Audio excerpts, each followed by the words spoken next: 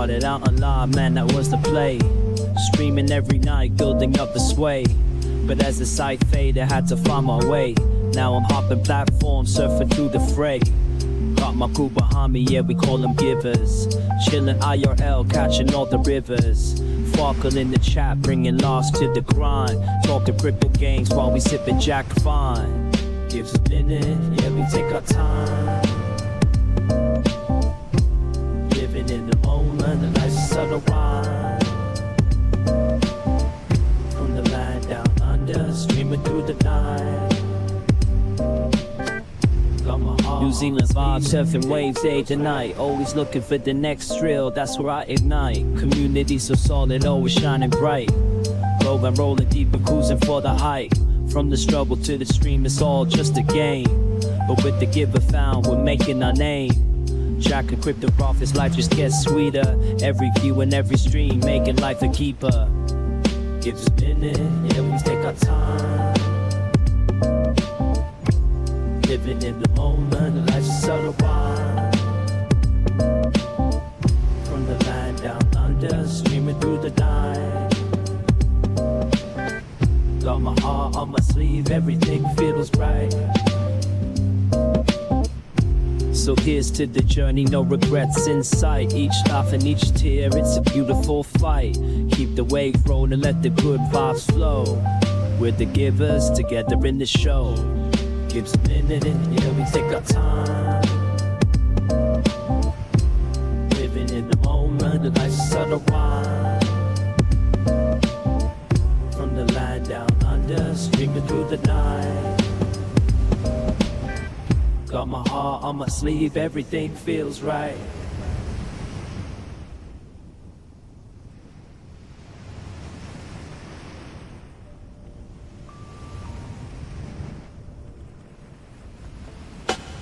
Script how we play a game. From start to next time, chasing fame. Put the gear behind me, changing scenes. So through the internet, living out the dream. Got my acoustic strum, curing and chill, far cracking jokes. Go stop the thrill. In the land of Kiwis, we ride the waves. Our streams phone, no better days.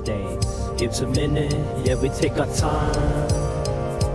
Living in the moment, the life's a subtle rhyme.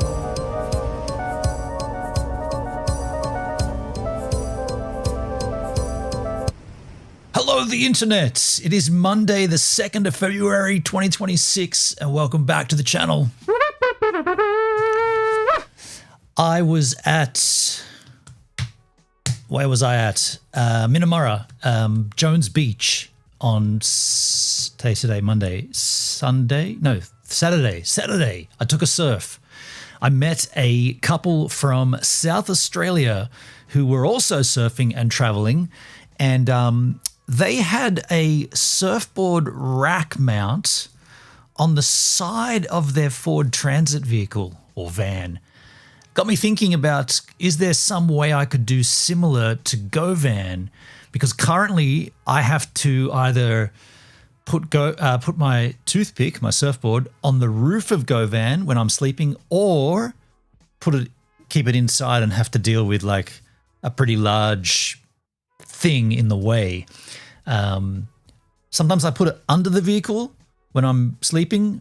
That's a little sketchy because I've heard of people driving out without remembering that it's there. Not that that's happened to me, but I don't want to do that. I would love to mount it to the side of the vehicle, but I thought it was illegal. And Robert Muller, I see you in the chat there. Good afternoon, Benon. How are you? I'm fantastic. I'm good too. Thank you, man. I think it's illegal to mount anything unless it's a certain length. So what I understood, and I don't know, that's what we're going to learn here on the stream.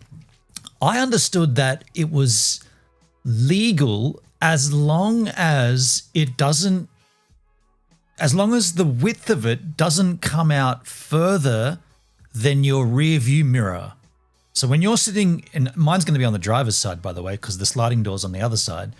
So when you're sitting in this case, the driver's side, and you look into that rear view to look back that way, the surfboard can't block that view, and it won't block the view as long as it's not wider than the mirror itself. I mean, that's logical, right? I think that's how that works. If it's narrower than the rear view mirror, then the rear view mirror will always see past it. But if it's bigger or wider than the actual mirror, The mirror will never see past it. That's why you see when you see people towing a caravan, you often see these mirrors that have like an extended mirror on it, like a little screw-on additional pull-out mirror. That's because the caravan is typically wider than the vehicle that's towing it, so they have to have these extra width mirrors. So what I want to do today is ask ChatGPT about the legalities of this, and then I got a couple of different YouTube videos that we can have a quick squiz at about people who've done it. There's one by Ocean and Earth, which is a surf company. I want to investigate whether what's the brand I have? Fuck. What's the brand of roof racks I have? They're pretty popular. They're one of the bigger names. Rhino Rack. I want to see if Rhino Rack have an off-the-shelf thing, like a surfboard mount. I also think it needs to be lockable. It needs to be something that can be locked so the surfboard remains in it. And by the way, it'll always be inside. I've got a carry bag, like a luggage bag for my toothpick. It'll always be inside the bag, but I want it to be lockable. I don't want anybody to come along and be able to just slide the board and bag out at the same time. So let's ask the machine. Yo, Doug, how you doing, man? Hi, Gibbs. How you going, Doug? Good to see you. Good to have you. Good to know you. Let's go to the ChatGPT machine and let's ask the question. First off, I'll phrase it correctly. Is it legal in New South Wales to mount a surfboard to the side of I'm going to say van, but I could say vehicle. Let's just go with the most easy, generic questioning to start with. Short answer is yes, it is legal. You can carry a surfboard mounted to the side of a van in New South, but there are important safety and legal conditions you must meet. It's not automatically illegal, but how you do it matters a lot under New South Wales road rules. Here are the legal breakdowns. Number one, loads must be secure and safe. Of course, that must be the way. Under New South Wales road rules, blah, bling, blong, blang, the load must be secured properly. It must not make the vehicle unstable. It must not project in a way that's likely to injure someone. Oh, okay, so while you're driving, it can't stick out. Block other road users or damage property. If you fail to meet these, you can be fined, usually around several $100 plus potential demerit points. Yo, Rob Muller, Rhino Racks do offer a secure lockable solution for transporting surf. Ooh. Primarily, though, their locking strap system and compatible carrier accessories. Thank you, Rob Muller. Thank you. We're going to get to that. I wonder if that quote is about mounting to the roof rack, though. I don't want to mount to the roof rack. I've got a Rhino Rack tray. I want to mount to the side, but I guess it'll use the existing legs, right? I don't know. We'll find out. So if your surfboard is mounted safely on a proper rack or a secure bracket and it won't come loose or wobble dangerously, that's the key. Here we go. Overhang ruleses. While there isn't a specific don't put boards on the side law, general load limits do still apply. A load that sticks out too far can be considered unsafe. This includes side overhang beyond the vehicle's width. Okay, that makes sense. In practice, other guidance suggests things sticking out more than 150 mil. So, 10 mil. Where's my...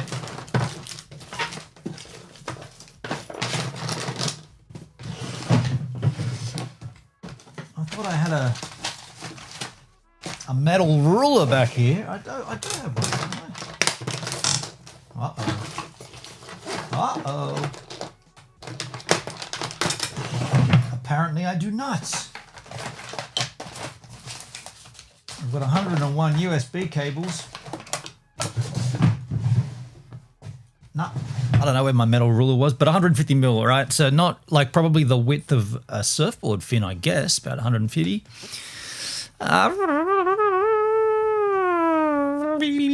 In other words, if your board belly extends past the van's widest point and it is secure, it's less likely to be an issue than a board sticking way out the side.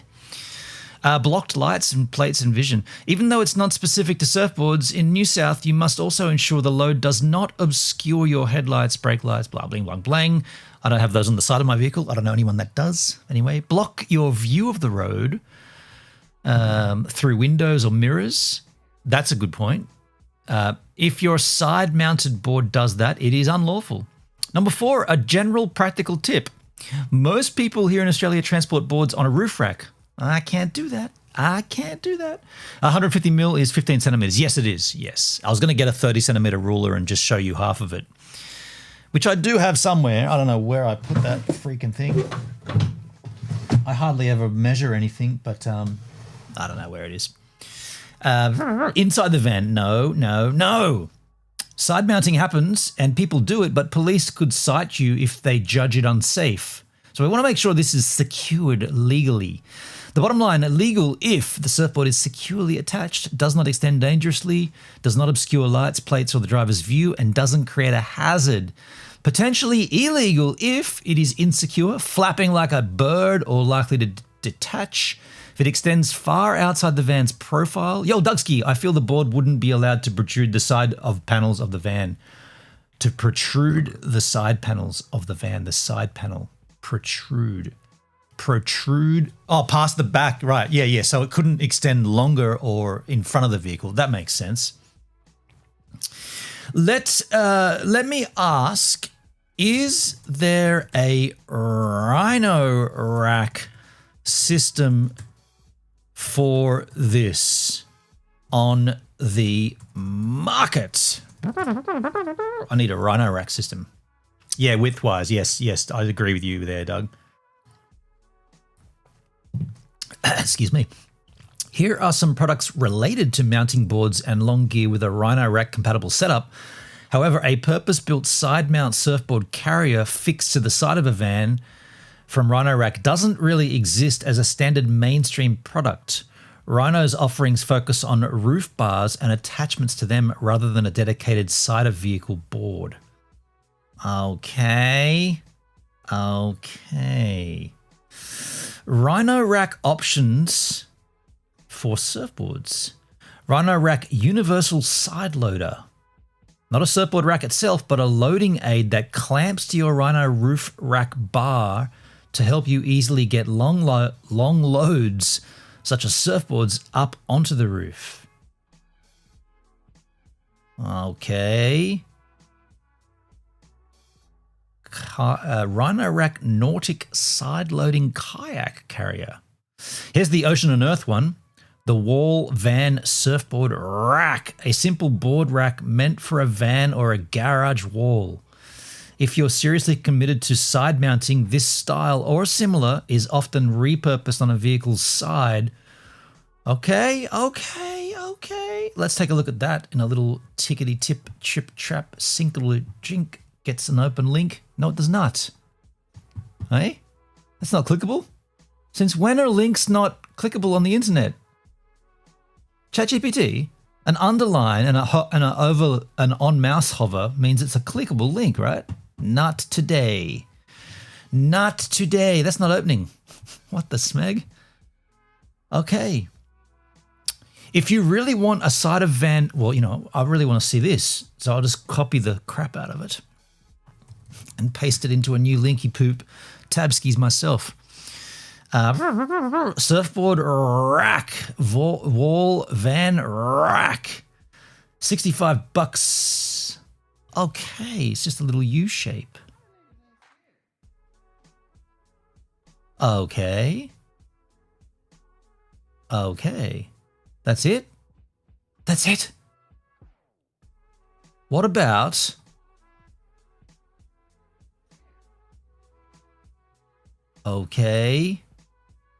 What about security? Can it be locked? Totally. Security is a big deal when you're mounting surfboards, especially if they're on a rack. Leaving boards unattended on top or on the side can invite opportunistic theft. Police advice literally says not to leave surf. Okay, that's not just police advice. That's general advice. Here are some great products and methods. Get that out of there. You can use to lock and secure surfboards. Okay. Dock locks, jaw, sup, and surfboard security lock. Board to rack locks and cables. Dock locks. Does this security...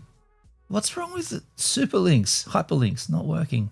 Yo, Rob, the U-shaped bracket they're showing there is like the Bondi Rescue ones they use on all-terrain vehicles. Okay. Okay. These are just keyed locks. Okay. Okay. I know how a lock works. Okay. Okay. Interesting. Scuba Doctor Surf Lock Car Key Security Lock. Interesting. Interesting. Interesting. Let's go back to this because I do have a linky poo right here. Not here. Here. Here even. This is the Ocean and Earth. How to install surfboard wall van rack from Ocean and Earth. This is from 1 year ago. Let's take a look. Might just mute the audio. It's going to have some funky audio. Okay, get a ladder, climb up, screw it in. Pretty straightforward. Allen key, yes, 2 of them. Okay, screw it in. Bingo bango. What's this? Surfboard. That's it. Tie it down. Ratchets. That's that. That's it. And drive away. No more to pay. I mean, pretty damn straightforward, I guess. I mean, yeah. I guess I'm going to go buy some of those and then wangle them on. What's down here? No comments. This is as bad as my YouTube channel. No comments. Here is a van surf rack install by a channel called About a Van. In this video, what I want to do is show you how I've made this surfboard rack. Now, I looked around online and I really couldn't find a lot. There's one guy on eBay that sells a rack like this. I think they're called Jay's racks. Wait. You're literally holding onto the Ocean and Earth rack mount that we just saw. And now you're telling us that you made it? I don't know if I trust this English man. He's already lost me. However, he was over £100, and the issue with this system was I needed to get to the inside of the van to install the surfboard rack, and unfortunately when I converted this van I put the walls up, which means I can't get to the inside to secure these in place.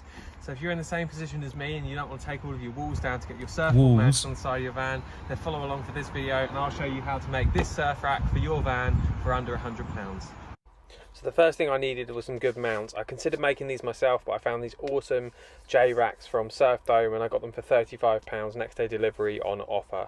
Swish. The first thing I needed to do when they arrived was create a horizontal slot in the top to allow me to attach ratchet straps. So I did that by drilling a hole and then using... So he's wangling it. ...to cut away the material that I didn't want. Second hole down, I made into an 8mm hole, and then I needed to move the foam that comes with the J mount down the actual rack, find the centre, and then drill a hole so that I would be able to create a second fixing point to connect it into the van. So I decided to drill the second hole out to a 10mm hole, and this was to give me a couple of millimetres of tolerance to make sure that the M8 bolts seated in the riv nut later on, just to allow a little bit of movement in case they weren't perfectly lined up. Okay, so he's wangling it because he's got a specific fit, but I mean the point of this is that you can just buy the Ocean and Earth ones. Once that step is complete, we've got our M8. I'm just going to... between the holes, I'm not screwing holes in GoVan like that shit. On the van, you're still going to be able to comfortably get that M8 bolt in there. Now, I've made sure I use stainless on these, but now it's time to get the ratchet straps in place.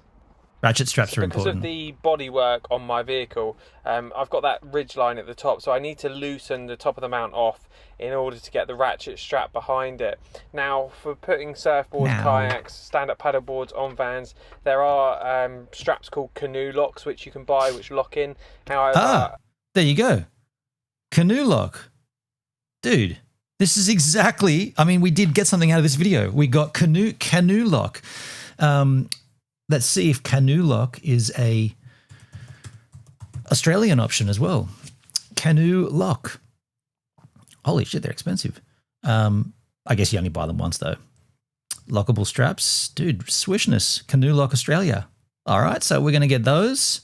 I'm going to get some of those. And the Ocean and Earth, where was it? Ocean. Oh, it's on the other tab. Okay, that's cool because what I need, I'll just get a tab skins out here. Dugsky, he had stainless bolts, but their frame was aluminium. Those two metals don't go well together. Ooh, Dugsky. Getting it, yeah, you're pointing out the not protrusion, the correction he's going to need to make. I just took this tab out, the canoe lock tab, and here is the Ocean and Earth wall rack, $65. Now, what I've got to do on GoVan is just ensure that this part that, let's go back and have a look at the this part here where it meets. Zoom in and it goes smaller. Awesome. And disappears. This part here where it meets the rack, I'm not 100% certain what that'll look like on the side of GoVan. I think there are there is a spot there because I used to hang I hung my shower, my Julka hot water system, which Marty and I drove through Australia and didn't use once. I sold that thing and it had never even been wet. The person that bought it, I was stoked. I sold it in 2 parts, but the person who bought it's like, dude, this has been on a road trip, but it's never been unraveled. I unraveled it once to check it. Never had water in it. Same with this bag I've got down here, Rhino Rack luggage bag for the roof rack system. Never ever used it. Bought it, never used it. Anyway, I've got myself there what I need. I'm going to keep those tabs out so I can look at them later. I'll just minimize that shizzle. I do have other content that I want to go through with you lovely yahoos, including this Elfsar video. It looks like Elfsar is quitting the Tubes of the U, the content creation. The title of the video is The Return, the Truth, the Road Ahead. Now, I'm not too sure exactly if that's clickbait or if he is leaving.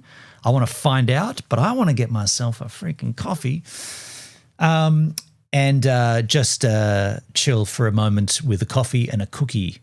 We had a big weekend this weekend. The Germans were here again, as you know. They came again this morning as well. So it's been 3 days. It's 3 days of German activity, and I am tired. I did a 12K walk today as well, and I'm not working tomorrow, which is a little odd. But I'm going to shoot a video tomorrow. I've got to shoot this video. I've got to do a review of Lemon Tree Passage Black Marlin Whiskey. This is going to be so sweet. Black Marlin Whiskey, 47.47% ABV. Bottle 1 of 1 this is. Batch number 1, bottle number 1. Pretty swish. And look how full green he made it. Like literally filled it to the top for me.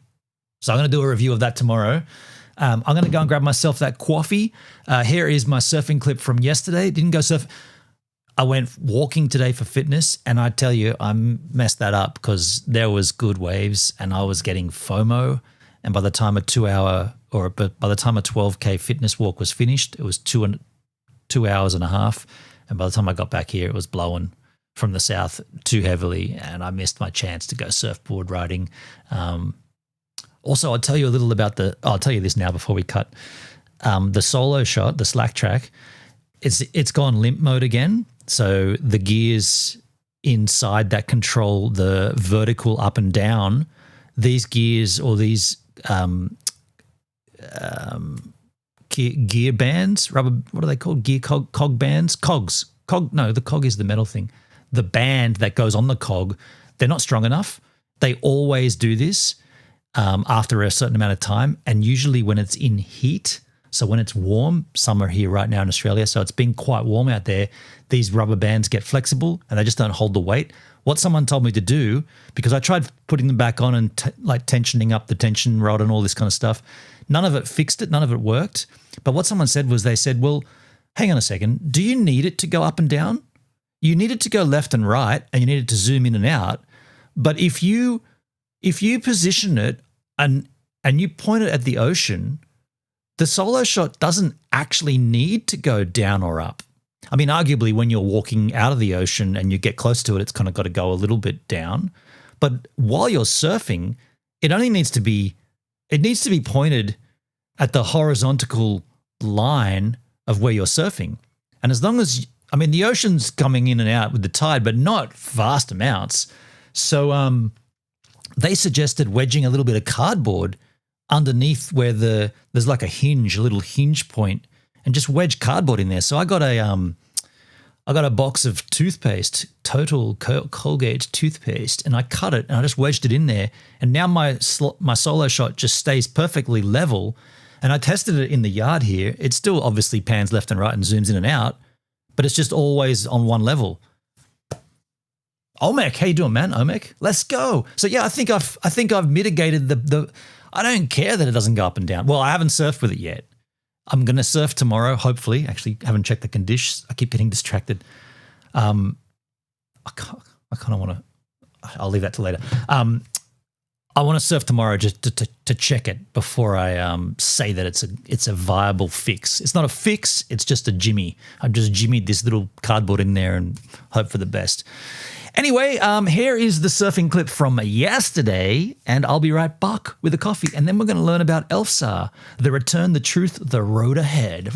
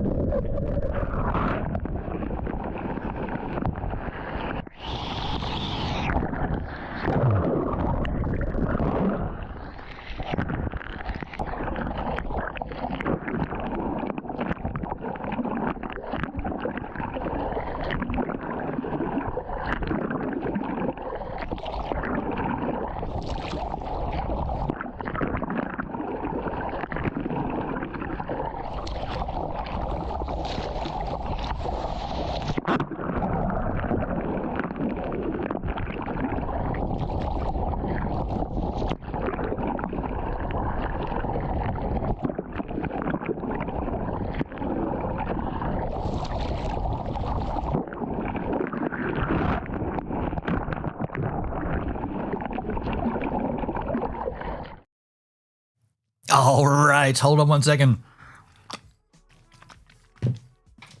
I just shoved down a cookie. Shoved it down. That's right. So let's move on soon to learning about what's going on with Elfsar. For those that don't know, Elfsar is a creator that I first met way back when on the D-Live machine, and he is, well, a very, very good artist. Some of the greatest drawings and artwork that you've seen on that I've displayed on my channel comes from him. But I don't know what's going on. This is a stream from 4 days ago. And the description of this stream says, after nearly 2 months away from the live art streams, I'm finally back. Not with a drawing, but with a conversation. This live stream is real, unfiltered update on where things stand with my health, my wrist, my family, and the future of this channel.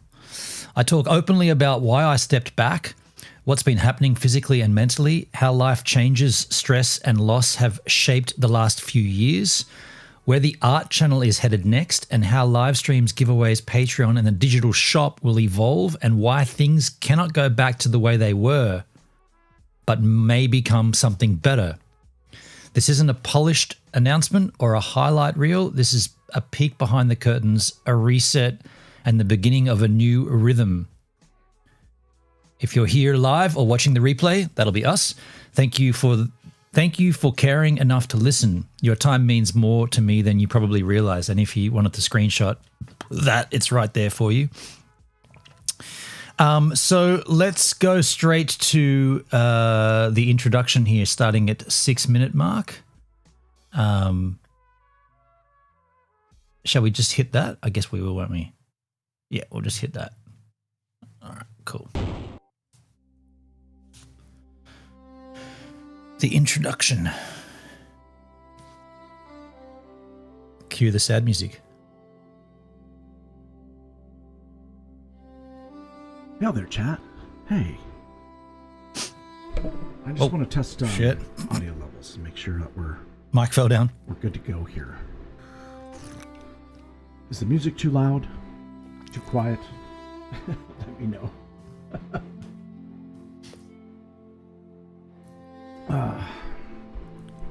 Sombra. Let's see here. Sombra. Good to see you, Elizabeth. Thank you. Hail to you as well.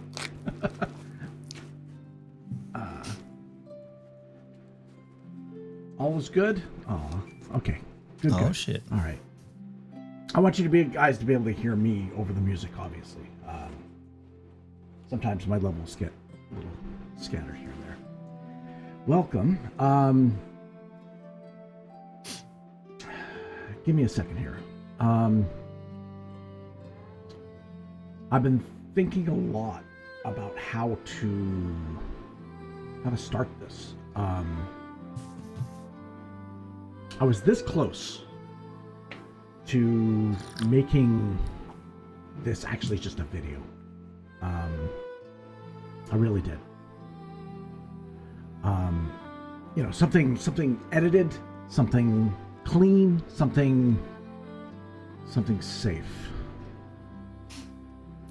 But honestly, I think a live stream is a better way to approach this. It felt right. Because I mean, if you're live here, it probably means number one, you actually care, and it also allows you to ask questions, right?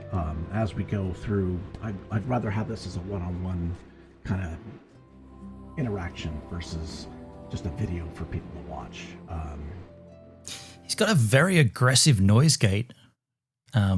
His mic is noisy, but then the noise gate cuts in extremely quickly.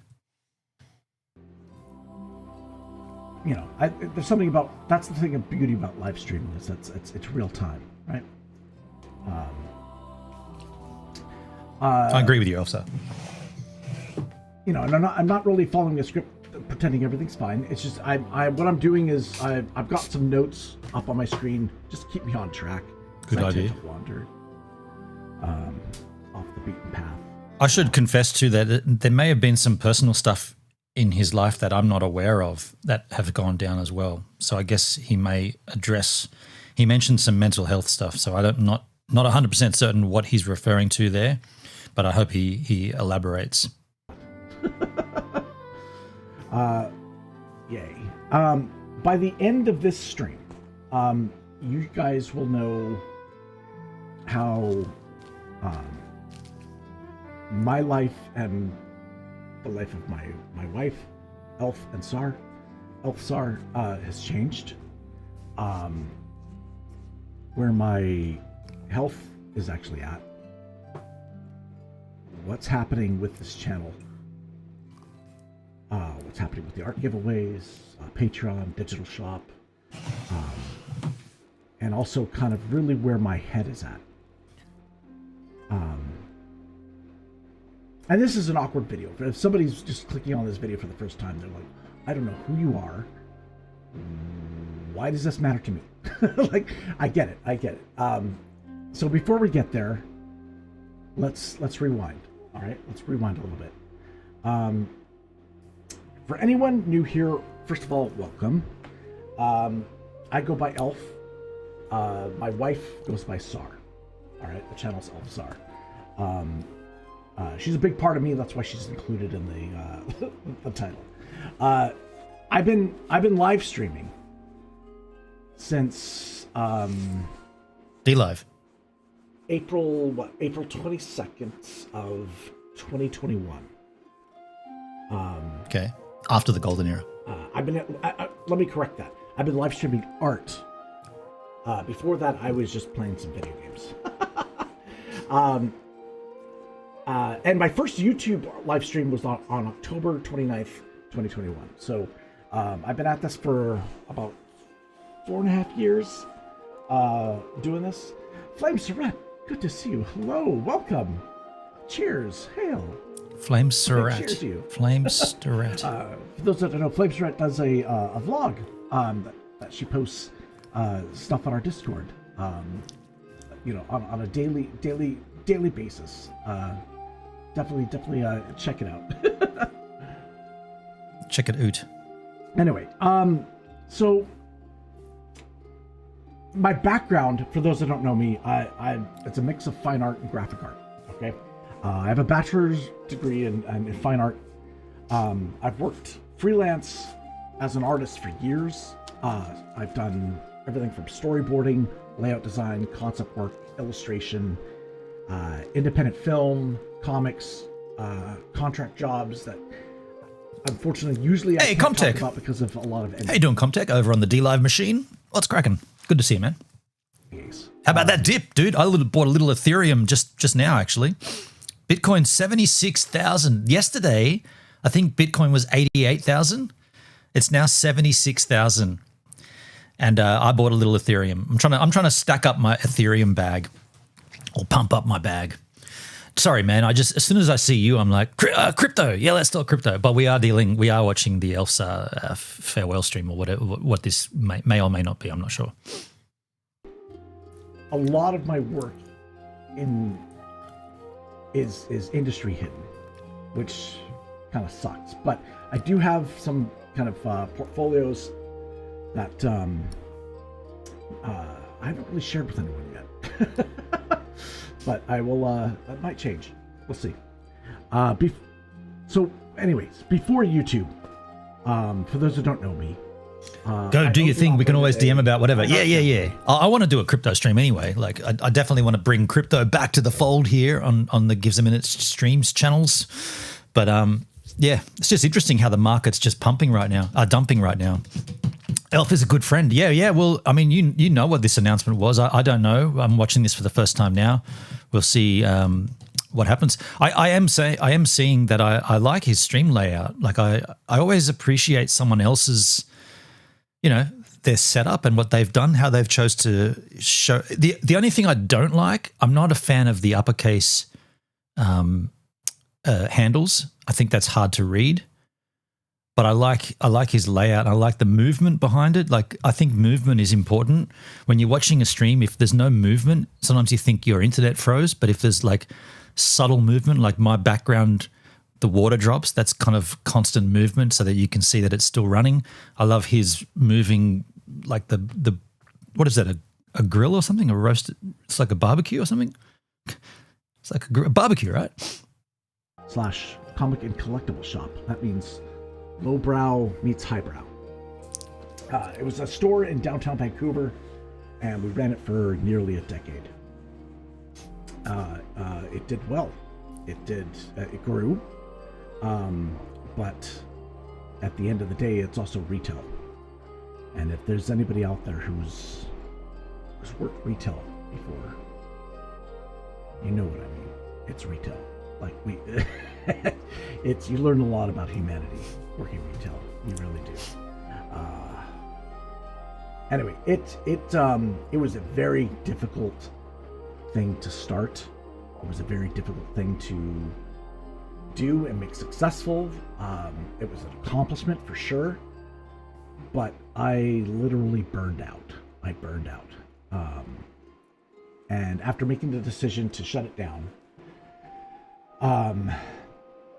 what ended up happening was my art studio that I had no longer became my art studio. It became a warehouse for overstock of product and this and that, boxes, inventory, old dreams stacked from floor to ceiling. And that's what, unfortunately, also something else crept in.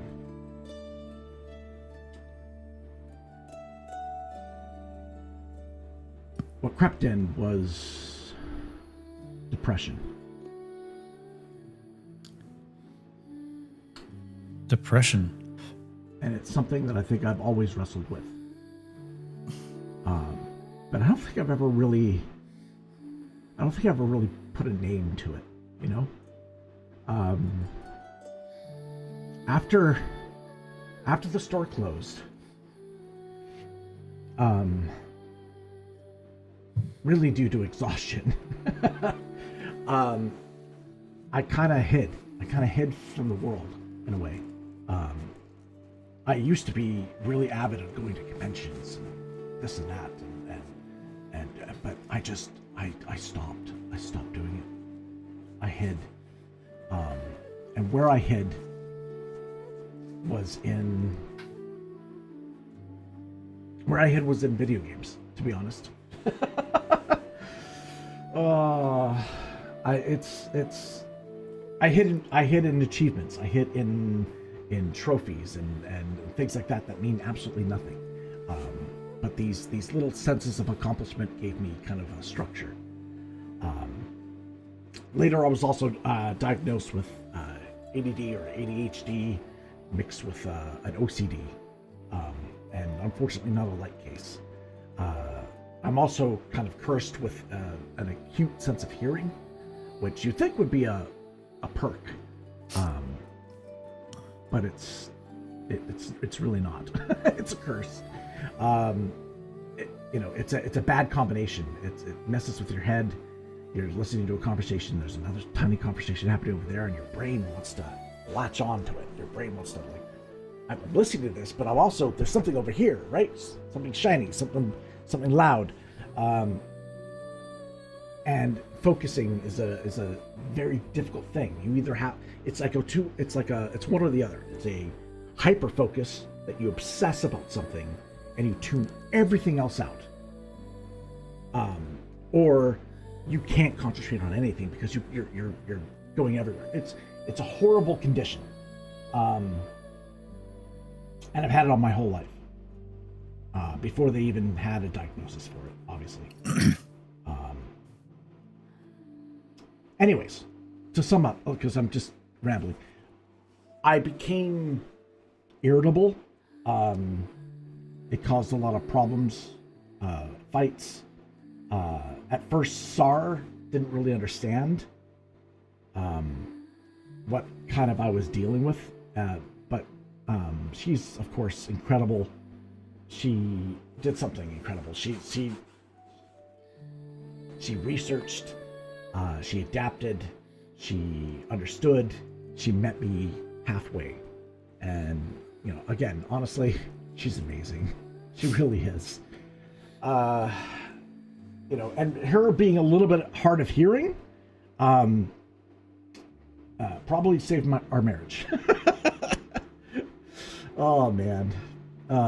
Anyway, so okay, let's continue. So fast forward to now. I haven't streamed an art stream live stream for what, about almost 2 months now. Well, 2 months now, right? It's been 2 months since I've been able to do things live in front of the camera. I have posted videos, but it was also you know, they're pre-recorded, right? You know, and some of you noticed, and some of you asked questions, and some of you worried, and I appreciate you guys so much. The truth is, my wrist is damaged, and my body has not been able to repair it the way it used to. I'm young at heart, but I'm turning 51 this May.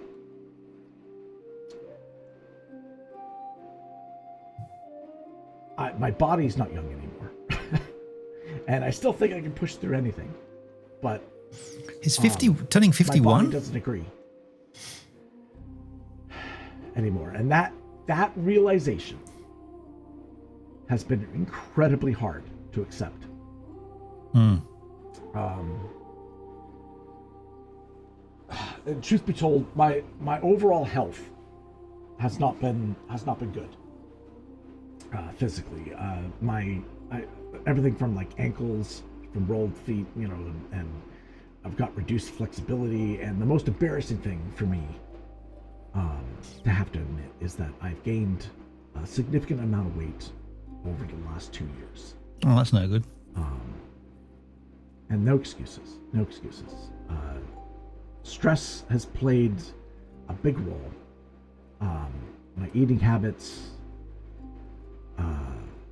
timing, the quantity, and it's just, I feel like I've kind of, man, it's hard. It's like it's a snowball effect, right? When I see, just pause for a second. When I see someone talking like this, and they're around my age, I get like two feelings come over me. Like I immediately think, what would I do if I was in his position? And then I think, what can I do to avoid getting in that position? And then I get just now I got a little sense of, I'm not trying to take away from what he's saying and the severity of what he's talking about, but for my personal life, you know, I went through a pretty rough patch recently, but I've managed to maintain fitness. I've managed to maintain activity, surfing. In fact, I've done more than that I've ever done before. I've managed to lose weight. I haven't slept very well, but I've managed to, well, I've taken steps to manage that side of it as well. And I don't feel bad, and I don't feel 50. I feel like I feel 40. So when I see someone, and I was about to stop and say, Elfsar, if you want to lose weight, eat less and do more. But then it's not like, I'm sure he knows that. That's how you lose weight. You put less in and you make more effort to be physical, move around more, be active. For me, I'm lucky I can go surfing, I can go walking, but you have to want to do it. And like, I can tell you now, I didn't want to do anything for a long while back there. I did not want to do a thing. And then at some point you just, and by the way, he's happily married. Like, it's kind of funny, but not funny. But like, I'm jealous of him with his Sar, and you know the happy marriage they've had for however long they've had their marriage. Like I don't know. I'm not sure what I'm trying to get at here, but I'm reflecting on what he's saying and I'm bringing it to my life and my situation, and I'm analyzing as well as learning. I get that's blah blah blah. Shut up, Benon. Mentally, I've been struggling, and that's where the story really stops being just about me.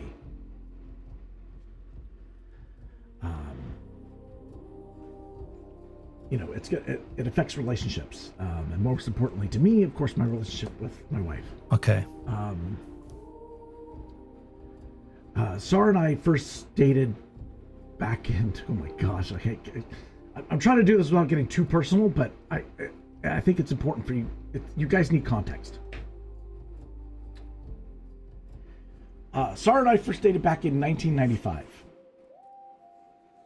That's a long time ago. I think we dated for like 3 months, and then we broke up. We spent 3 months apart, and we were seeing other people and whatnot, but there was something there. There was some sort of spark that we kind of wanted to get back together. So after 3 months' time, that's what we did. We got back together. Wow. You know, I think fights in relationships are important because you grow from it. You know, it nearly broke us, but it also built us. Anyways, I'd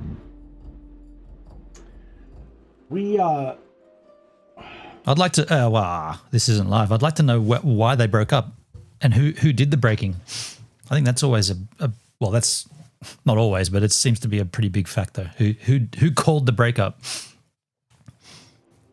I mean, we were going to university at the time.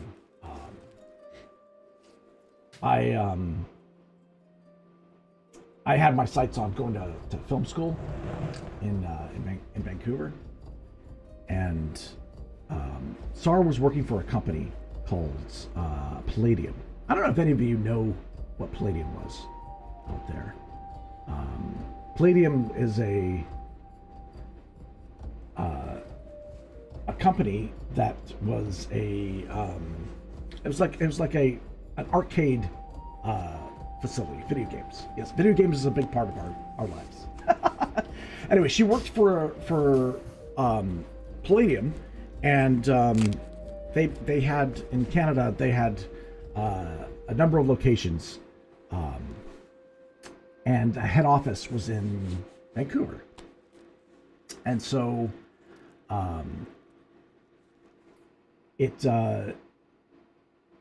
basically I was looking at going to film school, and she was being transferred to the larger location, which was out in Vancouver. We were in Edmonton at the time. And so Palladium was an arcade facility that essentially you got rid of all the quarters. You filled up a card with credits on your, and you would swipe that card in the machine, and you could play as much as you want, right? Like it was an evolution of the arcade style thing. It's kind of like the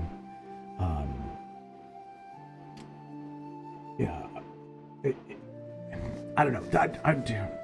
Arcades are a thing that's very nostalgic for us from the 80s. But anyways, that's not what this is about. Anyway, we the company, they helped us move. They helped us transport to Vancouver. And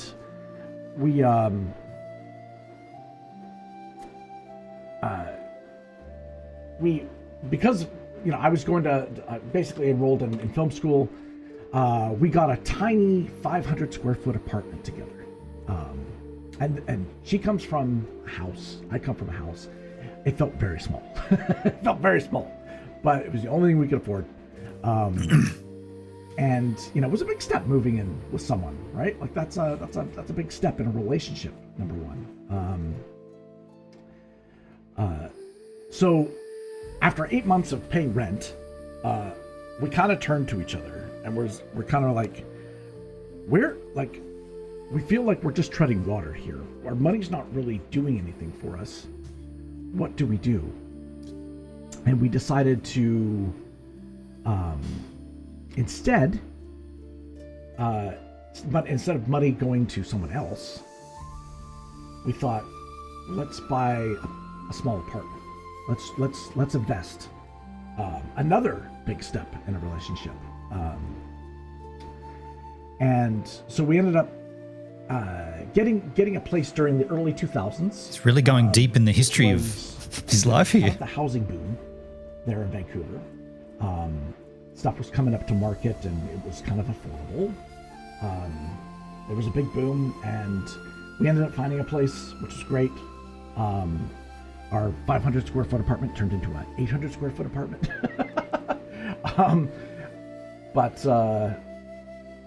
But it was, again, a big step in our relationship.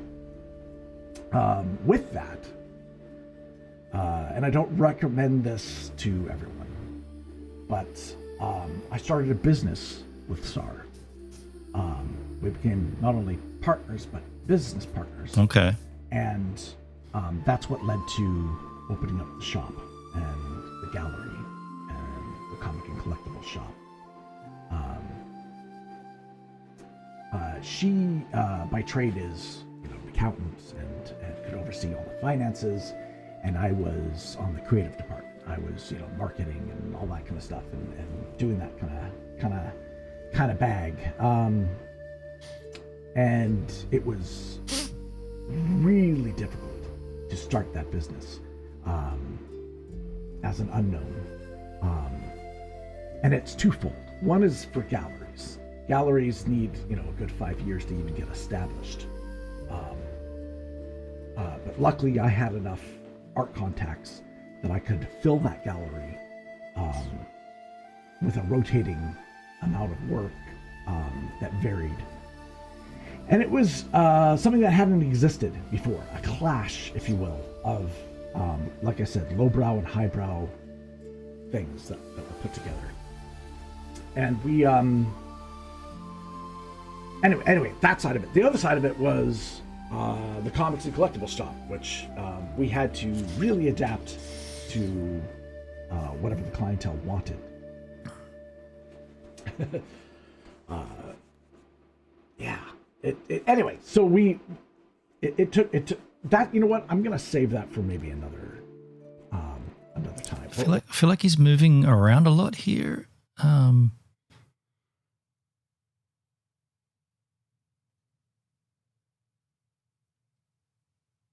think I don't want to skip anything, but okay, I'll just keep going. I don't want to miss. Get deep into it and show you guys pictures and all that kind of stuff of that. But let's move on. Anyway, the shop nearly, just to sum up, the shop nearly broke us again, but it also built us, right? The shop, I'm happy to say, eventually allowed us to buy a house in 2009, which was right around the time of the big stock market crash in 2008, right?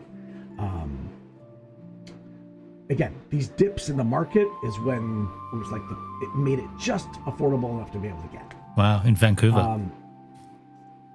With that came with a couple of things, though.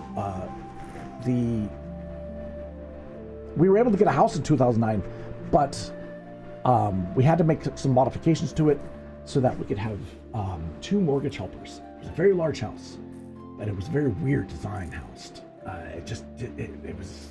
But it allowed us to actually have 2 other mortgage helpers, which was a big plus, which allowed us to get, help.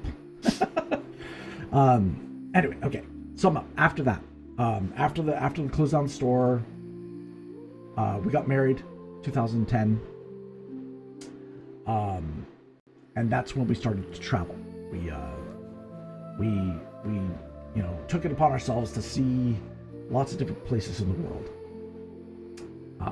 For years, I got to study art and art history in books, but I finally got to stand in front of some of these pieces. And, I had some amazing, just like there's one thing about looking at things in books, and then there's another thing about seeing the art in person, and it's such a totally different experience. Things that you think are huge are small. Things that you think are small are huge. And the impact of it is just amazing. I just feel so blessed that I had the opportunity to do some of this. Traveling was a lot easier pre-COVID too. A lot easier. The state of the world's a bit different now.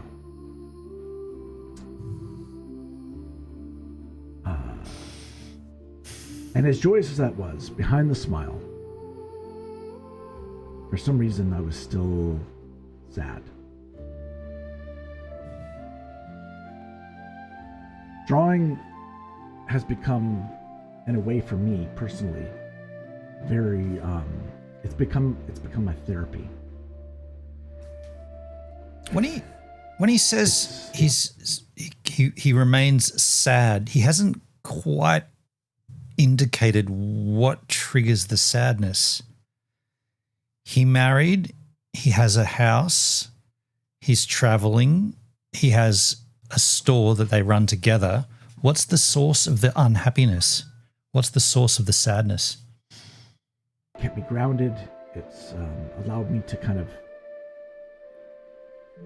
feel those senses of accomplishment, which I desperately, I guess, needed.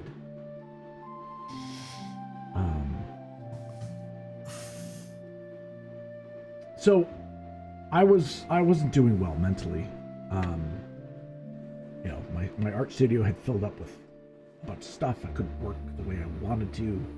It was an overwhelming task to deal with this inventory. To the point where it's like, where do you even start? I was struggling. Sarah, I think, picked up on it. She could sense it, and that's what led to Backup. Backup is my big, majestic Labrador Angus Lab that I raised as a puppy. The first Backup I'm talking about.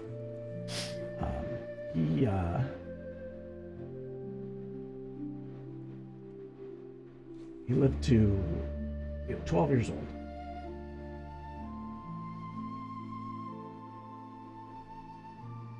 And one of the hardest things I had to do He's about to break down. He's losing a dog. was let him go. Far out. That's hard.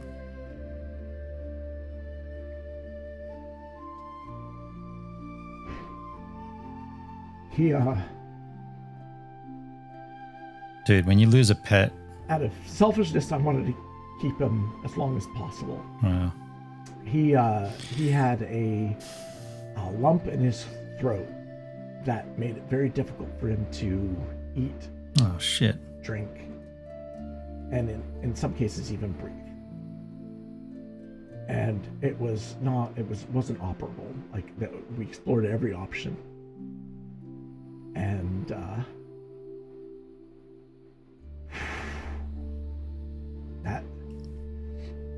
that was. I know it's just a dog. It's just a dog. But It's not just a dog. He was so akin to my heart. There's nothing. I don't even have a pet, but there's nothing like the love of a pet to an owner. This is just fuck. Wow. Sorry to hear that, Elsa. He was honestly like a kid to me. And in many ways, he saved me out of depression, right? So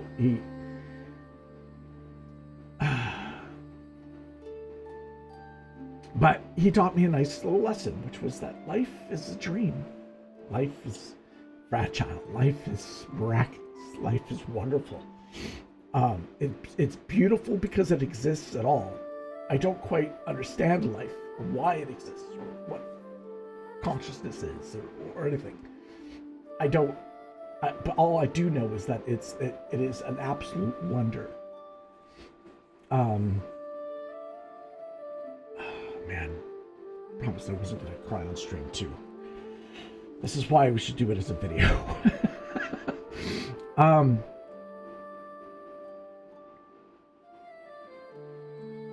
Backup 2.0.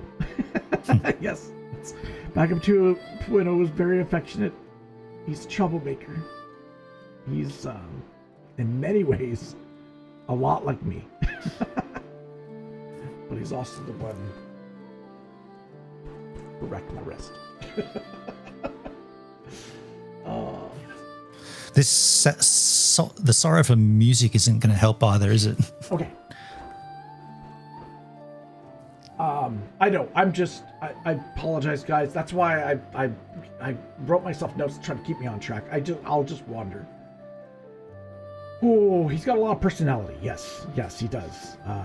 He is a character, absolutely. So let's just fast forward a little bit more. We ended up moving to Vancouver Island. The reason being, my family's here. My father's needs a little bit more assistance. Also the safety. Vancouver has become like any big city. There's danger out there. There's a lot of mental health. There's a lot of, there's stabbings, shootings. I mean, just the other day, there's horrific stories. But anyway, the move allowed us to finally live alone, but not together.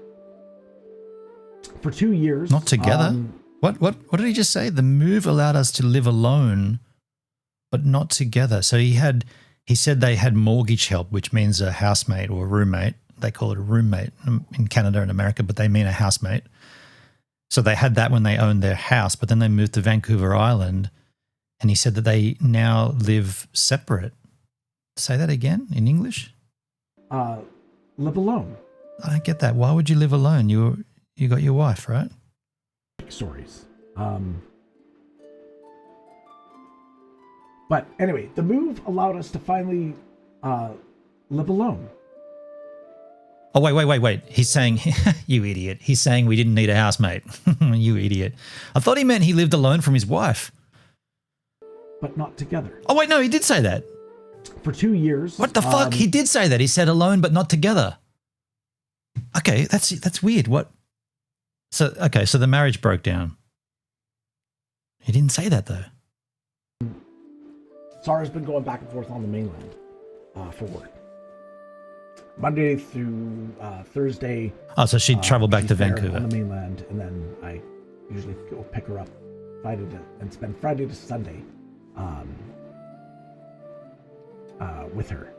But she never felt like she truly moved to the island, right? She always felt like a visitor. And it varies back and forth, and it was fine at first, right? Because you're excited about something new and something, but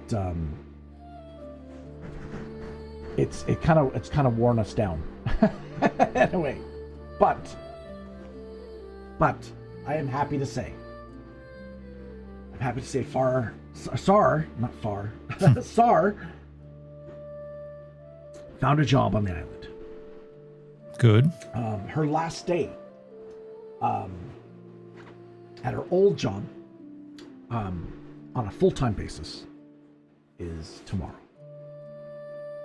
I pick her up from the ferry, and I guess for the final time, which is nice. She hasn't quit the old job. She's just been reduced down to 1 day, and she's able to work from home. It's a dream. It's like an absolute. Yo, Delsky. What a do? What a do? How you doing, man? Shit. Yeah. I am so sorry, guys. I've been rattling on here. Let me just briefly chat. Okay, Flame Surrender. You remember Palladium? You remember Palladium in Vetratown? Nice. Yes. Yes, that was one of it for sure. Elizabeth, oh, you're so sweet. Yeah. Okay. I will. So, stress has been kind of a heavy burden with this, and a warning to, not a warning,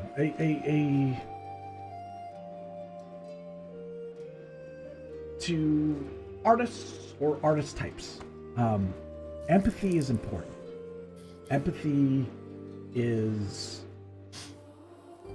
essential, I would think, in the arts. A lot, but empathy can also be dangerous.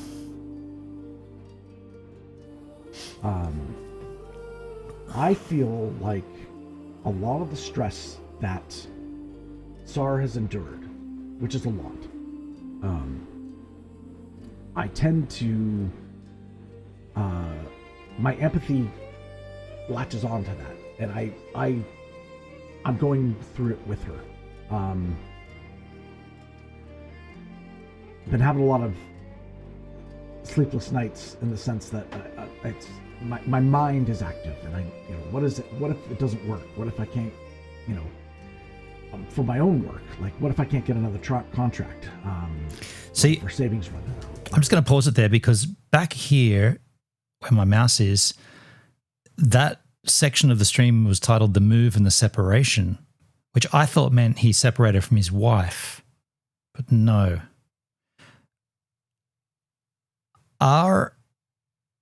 Okay.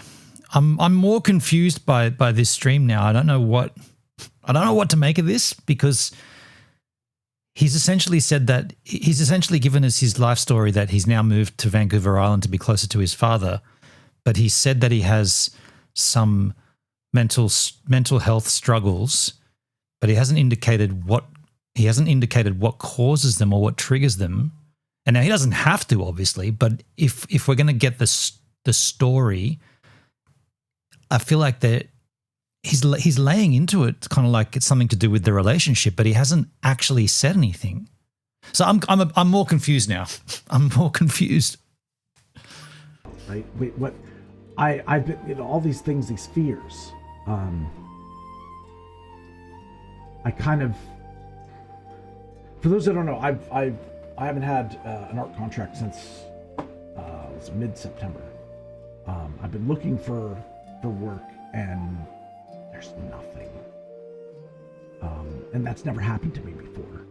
Where I've always seemed to land. Apparently, he struggles with depression, ADHD his whole life. Yes, he did mention that. And I mean, my selfish approach to this was I'm not sure. He seems to have everything. He's got a wife. They've been happily married since 1995, or they broke up. Well, they were met 3 months, then they had a 3-month break, then they got married, and they've been together ever since. And now they live together. They owned a house in Vancouver. Now they moved to the island, Vancouver Island. I think they said that they bought there to be closer to his father. I guess I'm just wondering what's happened. Like, I know his wrist is screwed up and he probably can't do his art as best as he wants, but I don't know. I'm trying to learn, I guess. Land something, and it just has not. And it's scared me a little bit. Times are changing. AI is growing. those jobs that used to be there are now being filled by other technologies. And it's like, okay, I need to adapt a little bit. I need to change some stuff. Anyway, it's led to a lot of sleepless nights. And then, I guess, another concern I have is that I've been starting to feel, it's weird. It's like a hollow feeling in one's chest. I've been having irregular breathing. Dalesky, I've got an idea. Elf, yourself, and myself in a call. That would be rad. Challenging, yeah. I mean, if I can like sort of relate this to a situation I'm familiar with, he's talking about something that's causing him a great deal of upset, but he hasn't been able to identify or he hasn't wanted to identify. And he doesn't have to, of course, doesn't have to say any of this really. But if I'm going to learn what this is, I need to be able to, if I'm going to empathize, I need to know what I'm empathizing with. Like, is he saying that he's not in love with his wife anymore? Or is he saying he's not in love with his own life anymore? Is he saying he doesn't enjoy the things that he used to enjoy? He doesn't enjoy creating art because he's got pain in his wrist, for example? He hasn't said what it is. And so therefore it's very difficult to feel empathy or to understand. But up until we got to this point where the highlight says the separation, the move and the separation, I was thinking that meant that they separated, they broke up, but he hasn't said that. I get your confusion. I feel that as well. Yeah, and the other thing too, Dale, like everybody's entitled to feel down and to feel lousy and to go through, a negative period of their life. Everyone's entitled to have that. But if you make a stream about it and you want to share it, you kind of need to share it. Like we're kind of sitting on the edge here about learning what this is, but we don't actually know. My impression is he doesn't really understand it either. I mean, that's probably a huge thing too. Yeah, and I guess I've overlooked that in my analysis of it. He may not be able to identify it as well. Yeah, true. I didn't consider that. Being depressed and having bipolar depression are very different things. Has he mentioned bipolar? Has he? Yeah, I mean, either way, we're rooting for him, right? We're here for him, but I'm just not sure if I'm going to identify with this. And everybody does this. I think they relate someone else's situation to their own personal situation. And as he's talking, I'm comparing notes, and I'm seeing like happily married man with a house. He mentioned his health isn't great, and I guess that's probably that's going to be a big factor if your health isn't great, like physical health. He's put on a lot of weight and he hasn't been active, and he said he had swollen ankles and rolled ankles and things. So my advice, and I said this earlier, my advice would be to just be more active. And I know it's rich coming from someone who is active and whatever, but if you can, like, there's some similarities. There are some similarities. If you can get out there and be active, even a small amount every day will add up to a bigger amount, and then suddenly you start being active more and more, and suddenly you start burning the calories, and suddenly you feel better and you sleep better. And I mean, look, I'm not the guy to give advice. Fuck no. But anyway. Yo, Comtech, some people have difficulty trying to explain why they are making the decisions they are making. This is true. This is absolutely Comtech.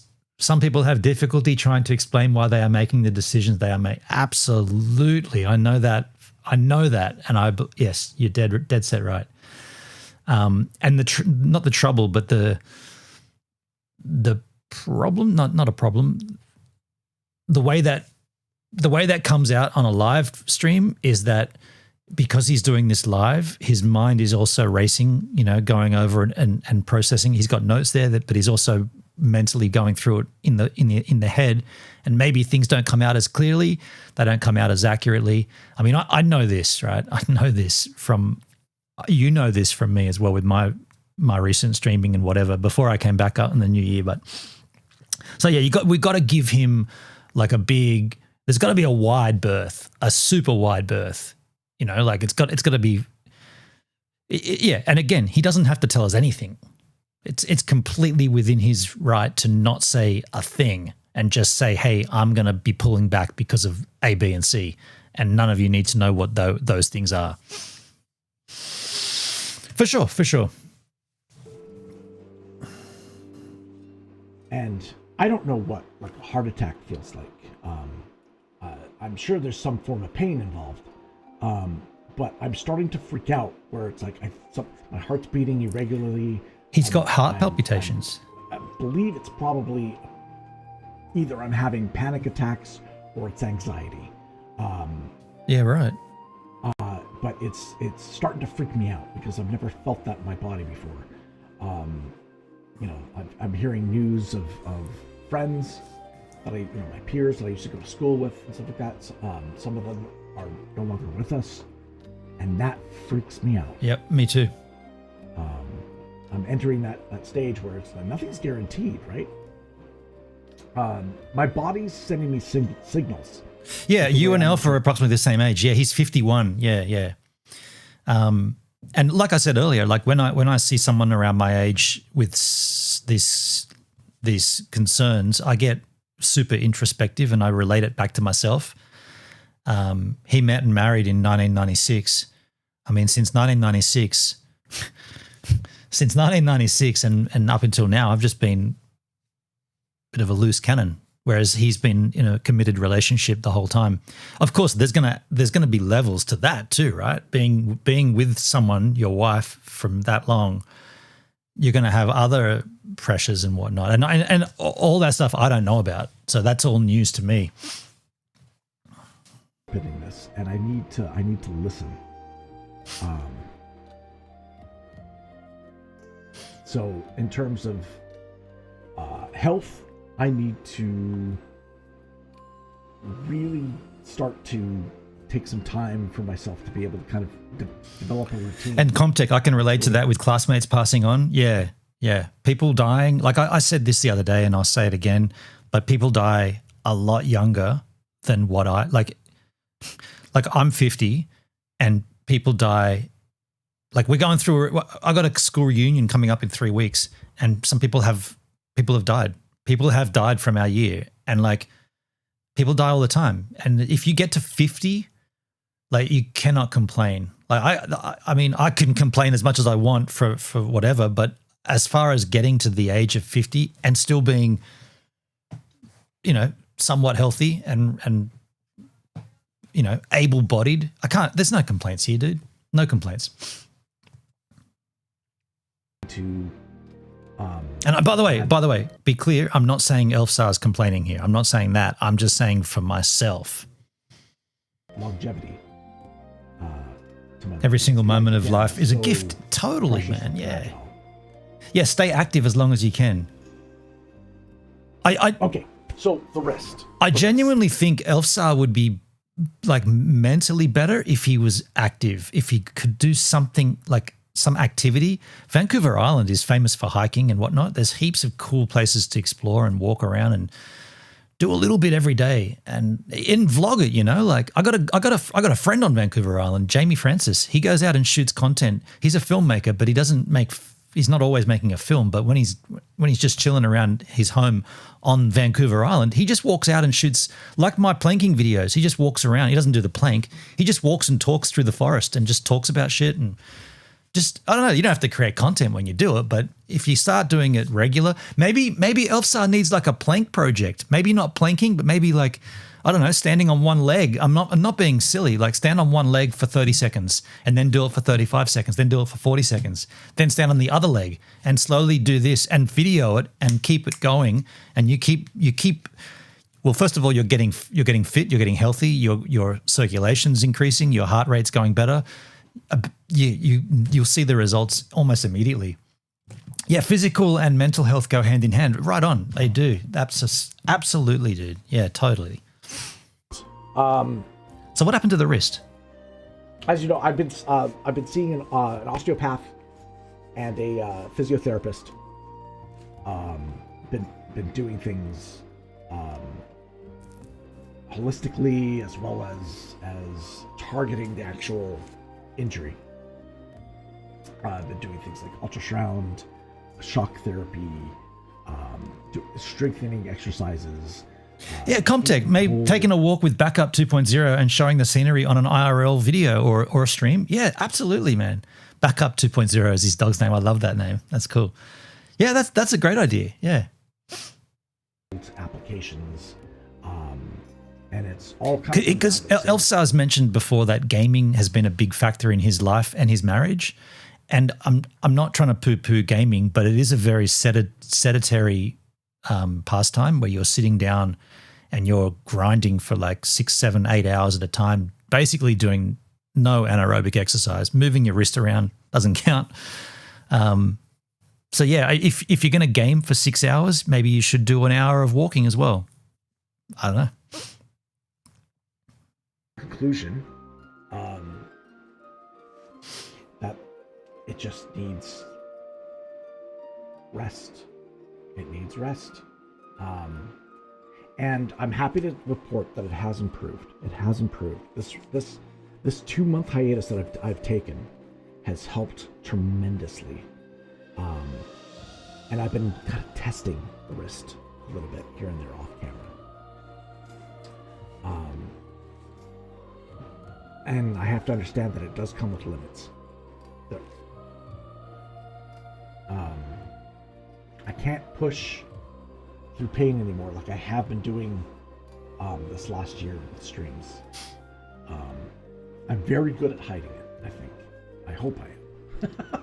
I try not to show it on camera, but there are times when I'm drawing where I will wince a little bit, and there's a repetition of movement that, and I'm so... Dalesky, self-isolation is no bueno. Everyone needs that mutual support and understanding. Absolutely. Yeah. But he has his wife, right? The knowing part that we're not alone. Yeah, true. Yeah. Right. And I touched on this yesterday, right? I touched on that briefly yesterday. But yeah, for sure. So just to be clear, there's no issues with his marriage. I think we've assessed that. His marriage is fine. Okay. I think that's clear. I push myself to the point where I want to continue, right? To get through it. Anyway, I can't push through pain anymore. So here's what changes moving forward. We're going to go with shorter art streams. And possibly it may end up being kind of multiple streams even in the same day. Some drawings may be spanning even 2 or 3 art streams. They'll be, in terms of time, I'm saying like maybe, it'll probably end up being around the 2-hour mark in terms of stream time. Flamestar says you have an appointment next week for your own heart. Oh, okay. Have you been feeling? Okay, I'm gonna pause that there, and I'm gonna move forward to the channel. Honest discussion about the channel, the future of the channel. Oh, he went away. False alarm. He's faking. We have, for those that don't know, we have a bell on our door. Oops. That he rings when he wants to go outside. Normally when he rings it when he has to use the washroom. He was just sniffing the air. He wasn't, he didn't have to go. Little liar. So for patrons and stuff like that, for those that don't know, I've been doing prints on the on the Elfsar shop, and I've been using a method called what I deemed or termed called tradigital. The tradigital method is kind of like taking the traditional drawings and done in a traditional method, right? Which is, you know. So can we stop that there? I think what we can safely conclude from watching that is that he's feeling. I need some background music of my own. I think he's going through a midlife crisis. I think he's feeling his age. He's feeling sore. He's feeling anxious. He's not sleeping very well. He's got a recurring injury on his wrist. I think it's just becoming the idea of being 51 and being somewhat in a rut is what's bugging him. That's what I could assess. Yeah, midlife crisis, you say. Yeah, that's what I feel like. I don't think there's anything more to it than that. I'm not so sure why we had such a long intro to leading up to that.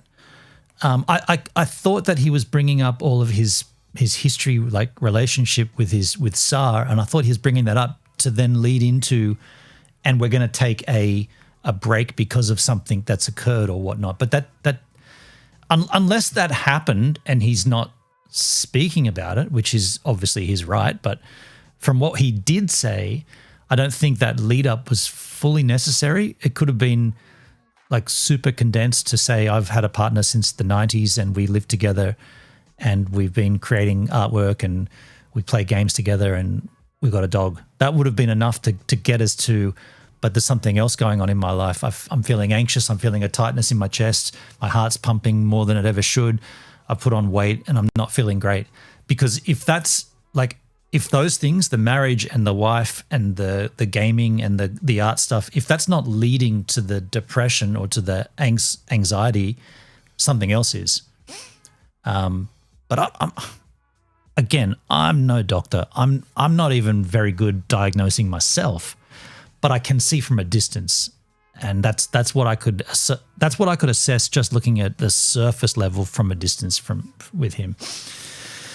Ben, all relationships bring their challenges. That's a part of it. Yeah. I mean, yeah. I mean, obviously, yeah, for sure. I don't know, like, yeah, even if you think everything's super hunky-dory, it's probably not. Under the surface, there's probably something brewing, right? Yeah. Yeah.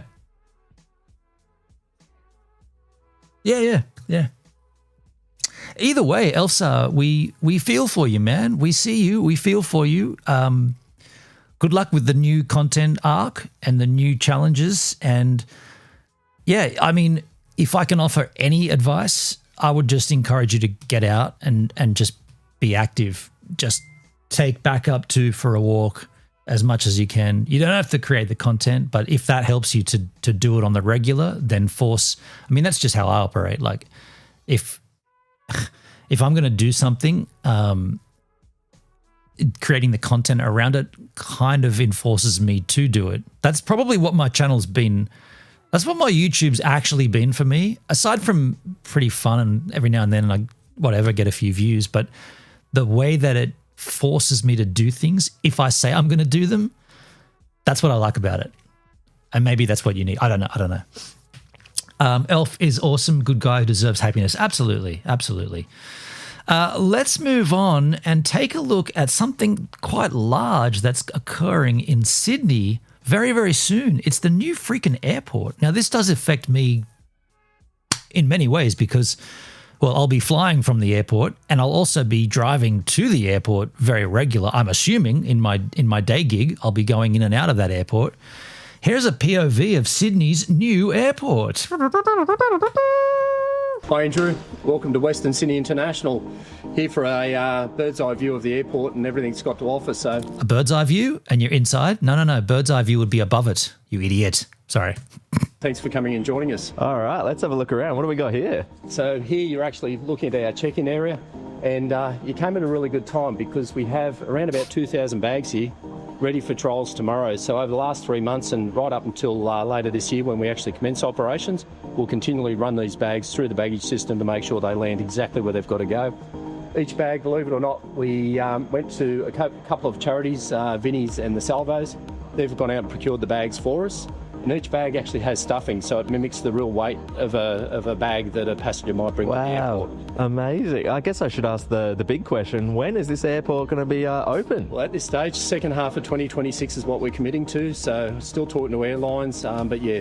So that's June, well, second half July technically, 2026, this year. Pretty cool. I've been watching a show about border control and inspections. Interesting. Yeah, I guess the main thing, not the main thing, but the reason this is intriguing to me, this new airport, is because that's the international terminal.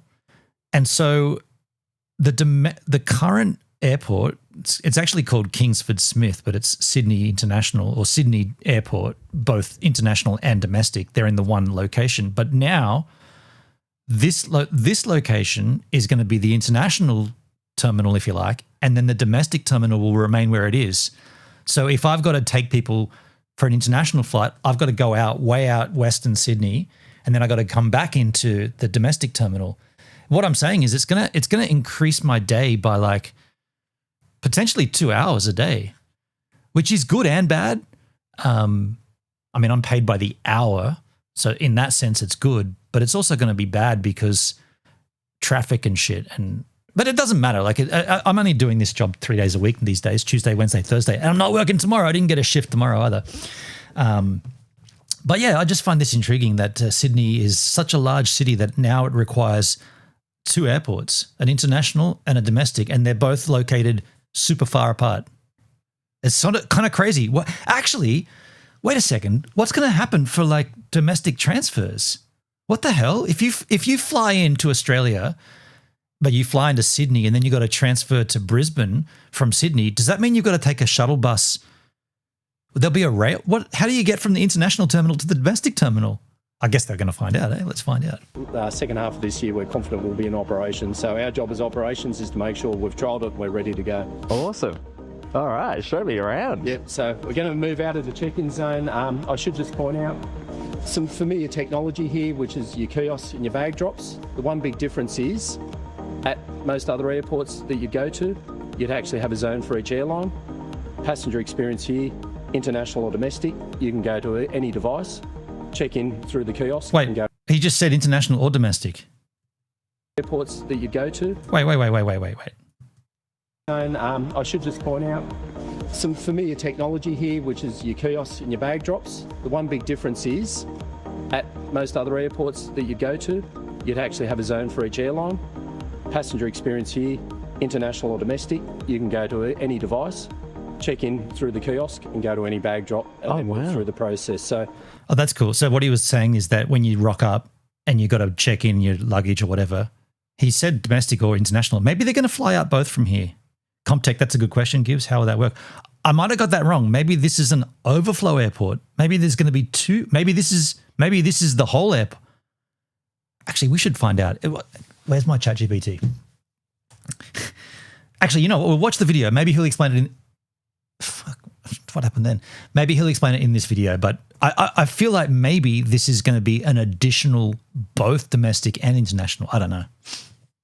Means that we can be simple, we can be efficient. You don't have to go fishing around to find your actual check-in zone.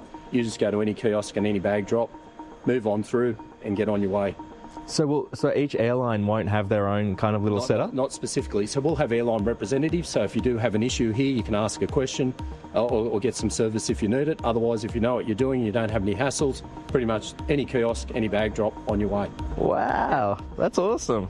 So the airport was designed by Zaha Cox. They won an international design award. Just stand here and I suppose take it into perspective. Wow. The whole idea is it resembles the it's a beautiful airport. Blue Mountains and the Cumberland. So that clearly says international. Oh, and domestic. Okay, there you go. So interesting. Inside Western Sydney International Airport. So they're going to fly domestically as well. Cumberland Plain a little bit, which you can see out to the left. Unfortunately, it's a bit of a dull day, but it just gives you that rolling, undulating feeling of the mountains and the plains. So we think it's quite a statement. We're very, very proud of it. It's pretty cool. Oh, it's so cool. Yeah. One thing you'll notice, international security there on your left, domestic security here on your right, and in the middle we've got what we call a swing zone. So pretty much we can open it, and we can either open more international or more domestic, depending on the demand on the day. So that means we pretty much can cater for the queues, move to it pretty quickly, and if we've got a big queue on domestic, we shift some of the international capacity over to domestic or vice versa. We just made the whole thing bigger. Like this with no queues. Dalsky, Hendrik would love the architectural design aspect. Yes, he would. He's there's no H-man these days. That'd be ideal. Guaranteed, but we hope every day it's like this. State-of-the-art technology, latest technology here. So simply take your tub, pretty much put your bag in. No need to actually pull anything out of the bag. Put it onto the receptacle there. It'll take it away. You then go through one of the body scanners there. You can see we've got multiple body scanners, which means, once again, depending on the queue and the demands, we can push people through those body scanners, get them to the other side.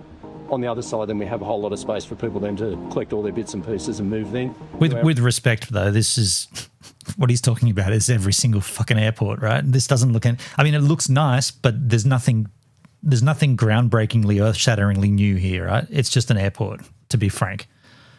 The retail area. Wow. Sorry I can't take you in our retail area today, Andrew. Some construction taking place, getting ready for a few retailers to come on site. Sure. So we're pretty excited about that. We'll have food and beverage, travel essentials on the domestic side. So you can't tell us which Macca's, KFC, a Porto? Today, I'm hoping they've got a KFC for my personal liking, but I have no influence over that decision. Our commercial team are working through that currently, so we hope to have some announcements out pretty soon. Awesome. So we actually have 4 car parks, 2 immediately adjacent here to the terminal. You can see pretty close proximity, so those walkways take you directly over to what we call our departures area and our arrivals area. All up, we've got about 6,000 parking positions on site from day one. So pretty well equipped for parking. So how big is this airport in terms of the other one in Sydney and in terms of the other airports around Australia at the moment? Yeah, just to give you some comparisons. So Adelaide Airport, which this airport was modelled on, 10 million annual passengers. So similar capacity to that. So when this terminal is at full capacity, 10 million annual passengers. 10 million? Sydney Airport, roughly, as a comparison, 45 million annual passengers. The size of this terminal, around about the size of T3 at Sydney Airport. So that just gives you sort of those size and passenger sort of comparisons. Yeah, nice. Yep. Eventually, but the airport has room for growth up to 82 million annual passengers a few years down the track, but eventually we've got expansion. So as you would have come in today, you would have seen a lot of empty green space. That's all there for future expansion. So 82 million passengers somewhere down the track. Wow, it's going to keep growing, Yeah, huh? we keep growing for a long time yet. Behind me, you'll see our baggage system. State-of-the-art baggage system, really designed to give us active tracking of the bag all the way through. Basically, Oh, by the way, Dale, you just opened up the shop there. I'm going to resubscribe to Botrix for 1 month. I'm going to go in, I'm going to grab all of the codes, I'm going to put them into a notepad or something, and I'm going to have them downloadable so that you can just grab them whenever you want.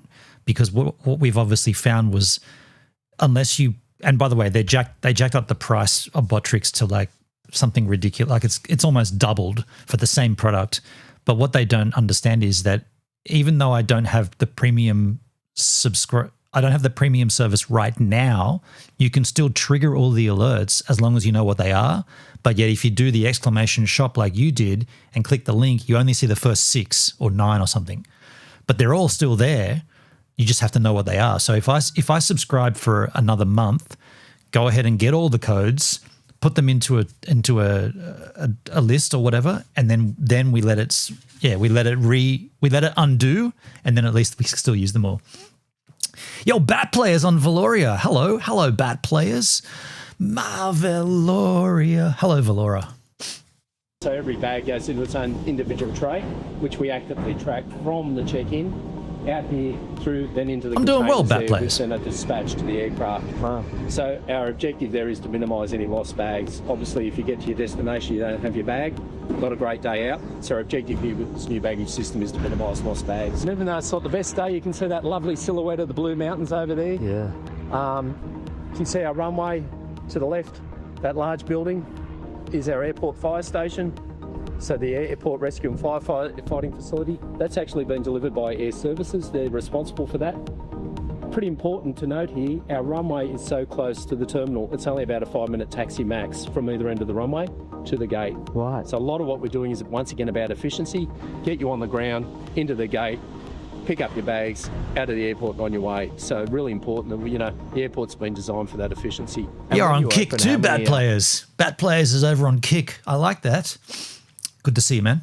Runways do we have operational, you think? It's only single runway. That'll be for probably the first 45 million annual passengers, roughly a, you know... Wait. magnitude. A single runway for Sydney Airport International? Only one runway? The fuck are you talking about? A single strip? Out of the airport and on your way. So really important that, you know, the airport's been designed for that efficiency. And when you open, how many runways do we have operational, you think? It's only single runway. That'll be for probably the first 45 million annual passengers, roughly a, you know, good order of magnitude. At about 45 million annual passengers, everything you can see on this side will flip, and they'll build the second runway. And the second Oh wow! So they're still building it. I was going to say one runway. That's lame. Batman was way better than his nemesis, the Joke Boy, the Joker. Yeah. half the airport on the other side of the precinct. Okay. So we're on about 1,800 hectares here. This development has taken up roughly half of that. Second half will be developed over the next 40 to 50 years. Whoa. Tell me. Second half of the airport will be done within 40 to 50 years? Why the fuck didn't they just do it all in one go? One airport, one landing strip. One runway?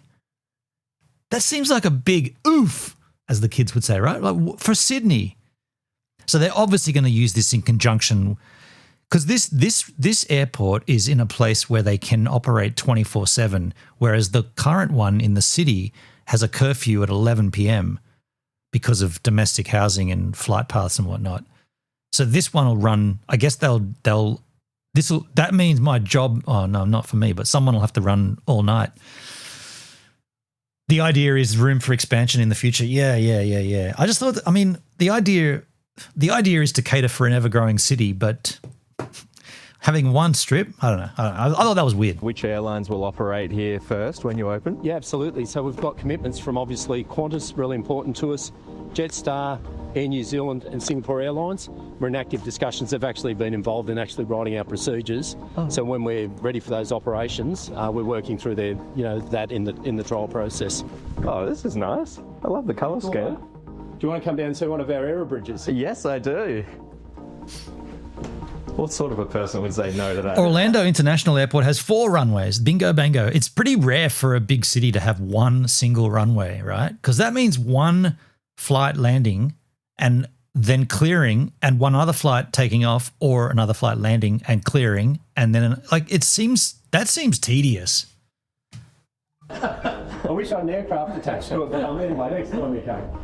Yes, it looks like an aero bridge, but a couple of nice things. One, you can feel it's air conditioned. A lot of aero bridges you hop onto, you walk off the aircraft and you're either freezing cold or you're really, really hot.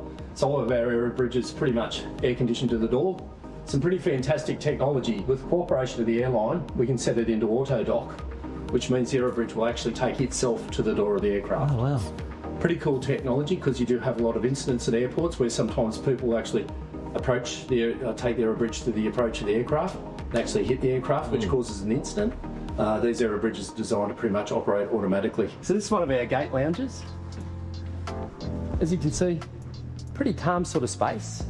You're probably more akin to... Calm? It's because there's no one there, you idiot. That's a calm space. Did he really say calm? That's a calm space. Yeah, it's because there's not thousands of people trying to cram through the doors.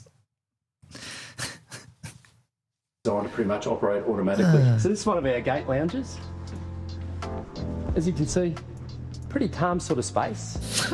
You're probably more akin to gate lounges where you see just rows and rows of seats. Sort of resembles a bus station. Where's everyone going to wait then?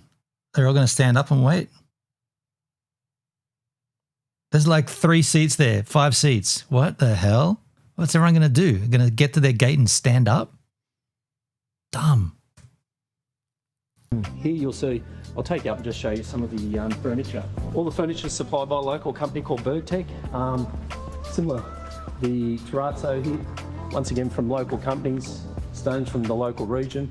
And when you go back downstairs, you'll see the sandstone also supplied through local suppliers. That's good. Oh, great. Really important, you know, around about 2,000 people were involved in building this facility. And obviously nice to have some furniture from a local supplier. There is a distinct lack of, well, right now you can see one, a power outlet. The one thing that people always look for, myself included, when you take these seats and you sit down, you're early to your gate, where can I charge? Where can I plug in? Please tell me they've got that sorted. Can see the all-important power. Yes. Okay, so we can charge our phones. He did say that. Where did he? This facility. And obviously nice to have some furniture from a local supplier. I can see the all-important power. Yes. Okay, so we can charge our phones. Where? So we've got an abundance of charging for all sorts of devices. You can also see the stand-up table over there. Once again, we're charging on it. But also some software. Wait, am I missing something? Type lounges. Yeah. More like a lounge experience rather than just sitting in that, you know, typical where you just got rows and rows and rows of seats. And some relaxation type chairs. The design seems dated, like the 90s. It does look dated. It looks old to me. It looks like an older airport for sure.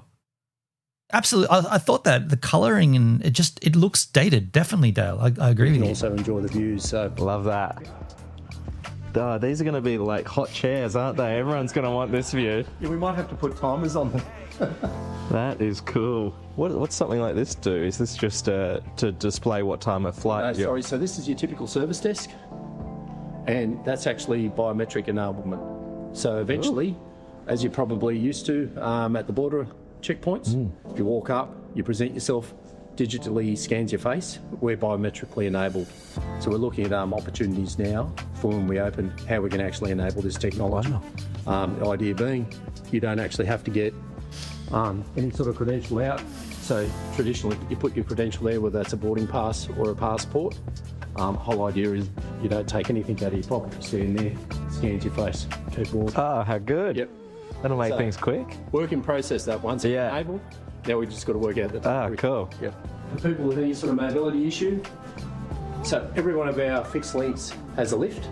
Whole idea is a person with their own device can go right to the door of the aircraft. They can actually then enter the aircraft, leave their device at the door.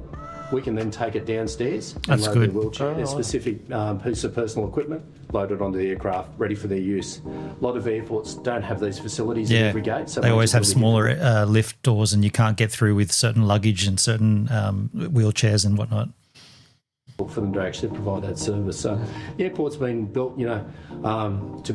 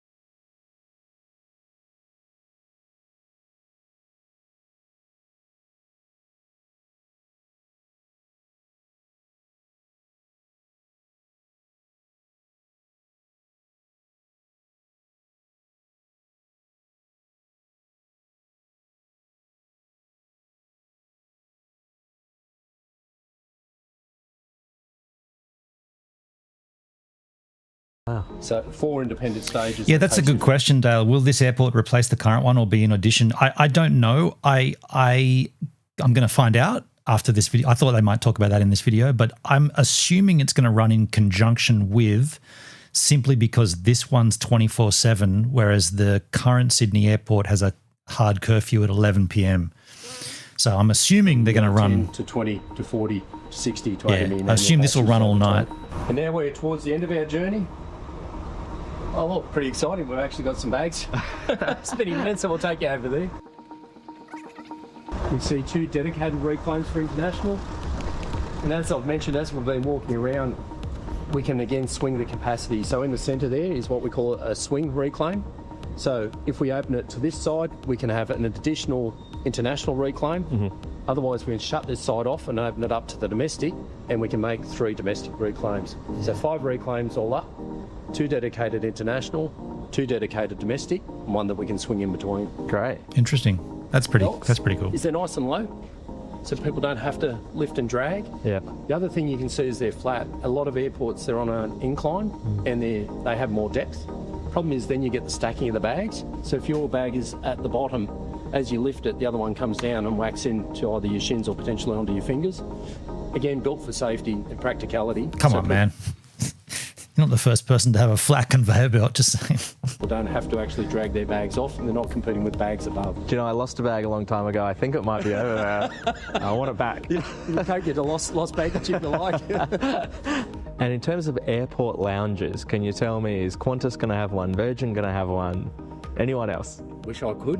What I can tell you is we've got space for lounges. All those discussions are currently taking place with our commercial team. And if I mention your name, can I get into a lounge? I don't have that level of influence. All right, well, that's all I wanted to say. Thank you so much for showing us around. Hey, Andrew, thank you so much, and to news.com.au for coming out today. It's a real pleasure to host you. That was very informal. So let's just take a look at the comments section and see if there are any questions pertaining. Nothing. I just want to see if anyone. This one says, what does the new Sydney International Airport have in common with every other major airport? You have to take out a bank. You have to take your bank manager with you just to buy a coffee.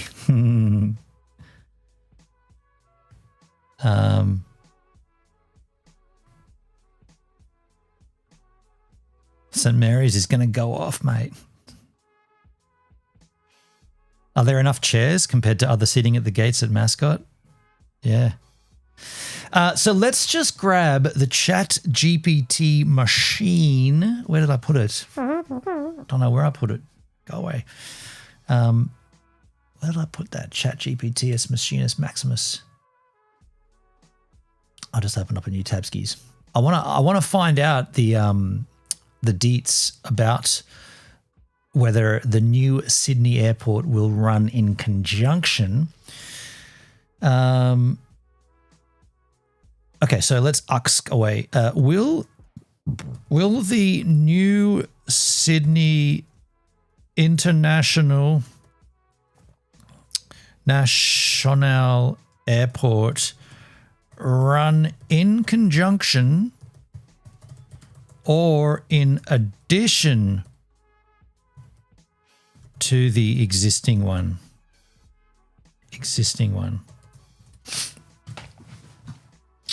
The new Western Sydney International Airport is called Nancy Bird Walton Airport. Is that for real? Nancy Bird? You Nancy Bird. Nancy Bird Walton Airport at Badgerys Creek is being designed to operate in addition to the existing international airport at Mascot, not replace it. Here's how it's expected to work. The one that's existing already, it's Mascot, will remain the main airport for domestic and international flights, especially for time-sensitive business travel and existing airline networks. Interesting. So the existing one's going to stay full swing. It's constrained in terms of expansion due to surrounding urban development. The new one will serve as a complementary airport handling both domestic and international flights with a particular focus on cargo, low-cost carriers, and easing congestion at Mascot. Over time, it may take on more international traffic as demand grows. So its focus is domestic. Interesting. Effectively, the two airports are expected to operate in parallel, giving Sydney a dual airport system similar to London with Heathrow and Gatwick, Tokyo with Haneda and Narita.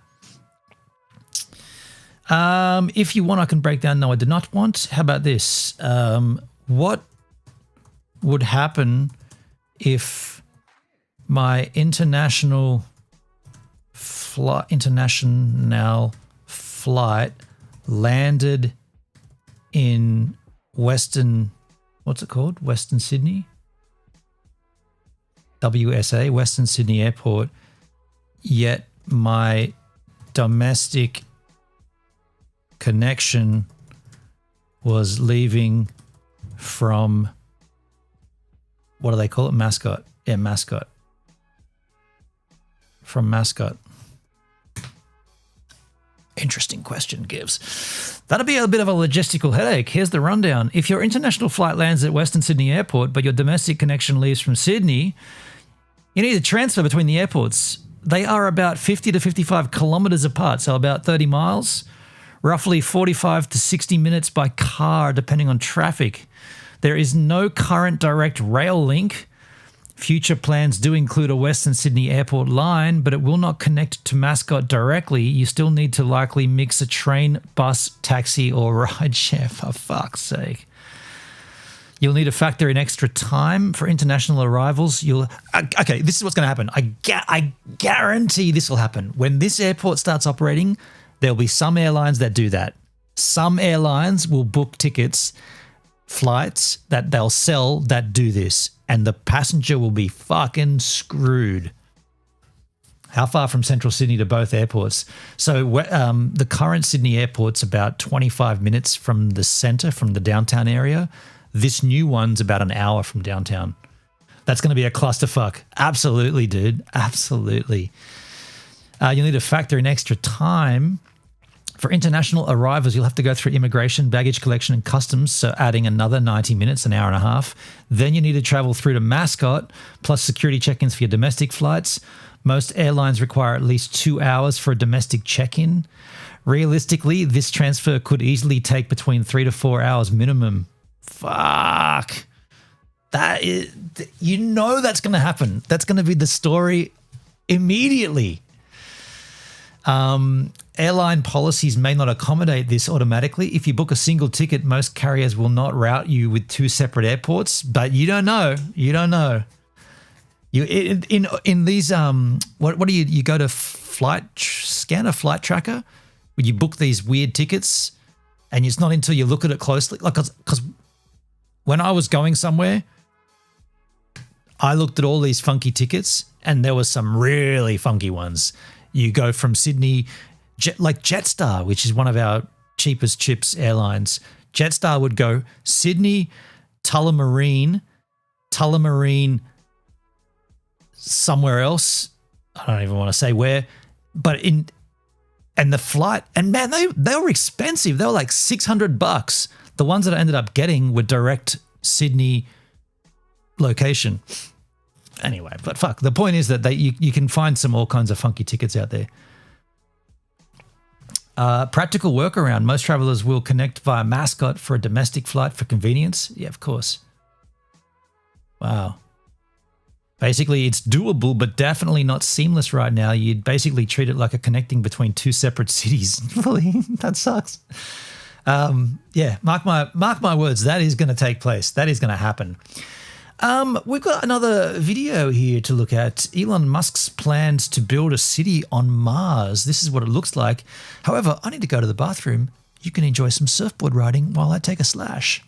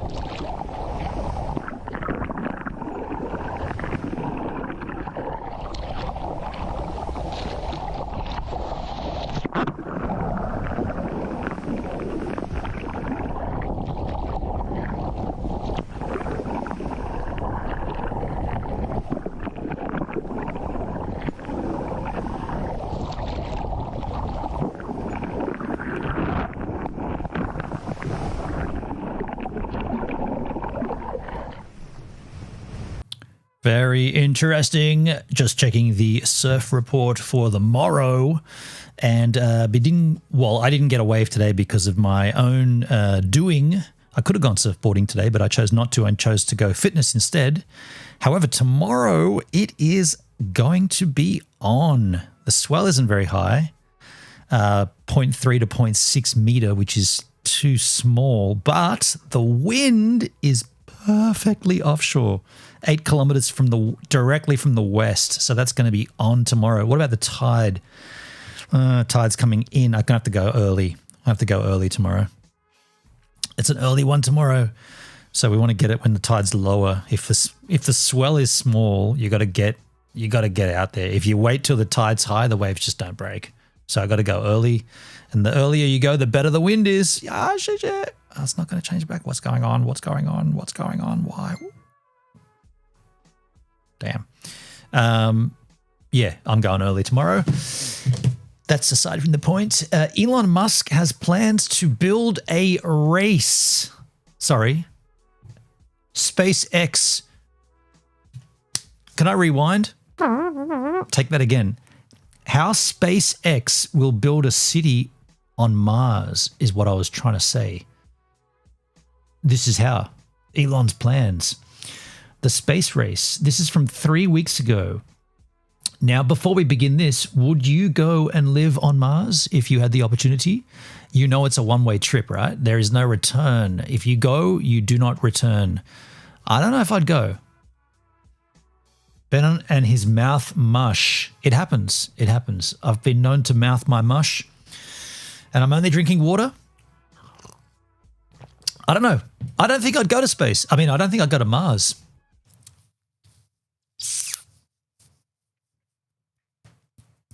Although 50 years down here and then 50 there,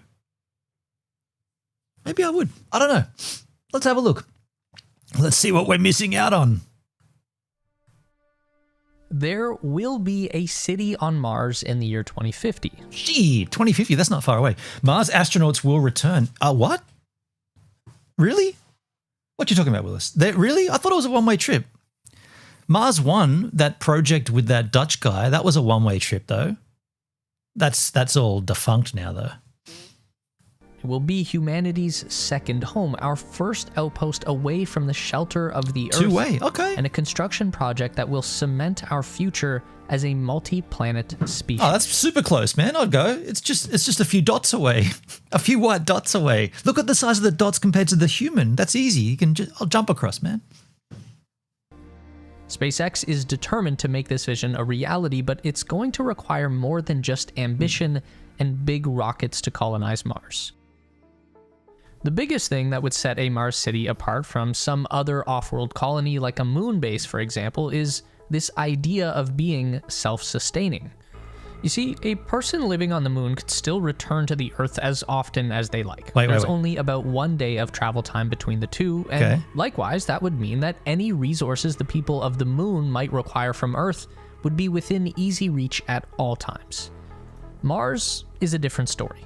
Now we are looking at 8 months of travel time one way from Earth. This could be improved in the future with nuclear propulsion systems, but even if that works out as good as can be expected, the trip to Mars would still be around 45 days. That means the people of Mars cannot be dependent on the resources of Earth. Well, if you forget something, you got to wait 45 days for it to get shipped over to you, right? No Amazon's next day delivery. The sphere on Mars, yeah, it looked like that, didn't it? The sphere. Have to learn to harvest everything that the red planet has to offer, and what it has is really not much. But that will drive the creation of a massive industry on Mars to extract those resources and transform. The thing with living on Mars, from what I can tell, is it's all indoors, right? So you're not going to be. They're not creating a habitat outside where you can just go walking around and breathe the atmosphere, right? They're not doing a dome or anything. So I guess if you want to learn how to do this, you probably should go and live in London for a while because it's all indoor living over there. Like, you know what I mean? Like these are just the structures that you're going to be residing inside of. It's going to be very strange to be indoors all the time, like all the time. I mean, I went stir crazy living in London for a short amount of time, and those guys are indoors all the time because the weather's so shit. transform them into the necessities of human life. With the idea being that one day the ships from Earth will just stop.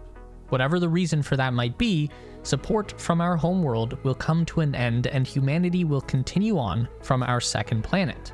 This is going to require around 1 million people or more to be living and thriving in a Martian city before anything goes wrong on Earth. So that means we need to build deep roots on Mars, both figuratively and literally. First, there were robots. The planet Mars will be inhabited by dozens, maybe hundreds of robots before any person ever sets foot there.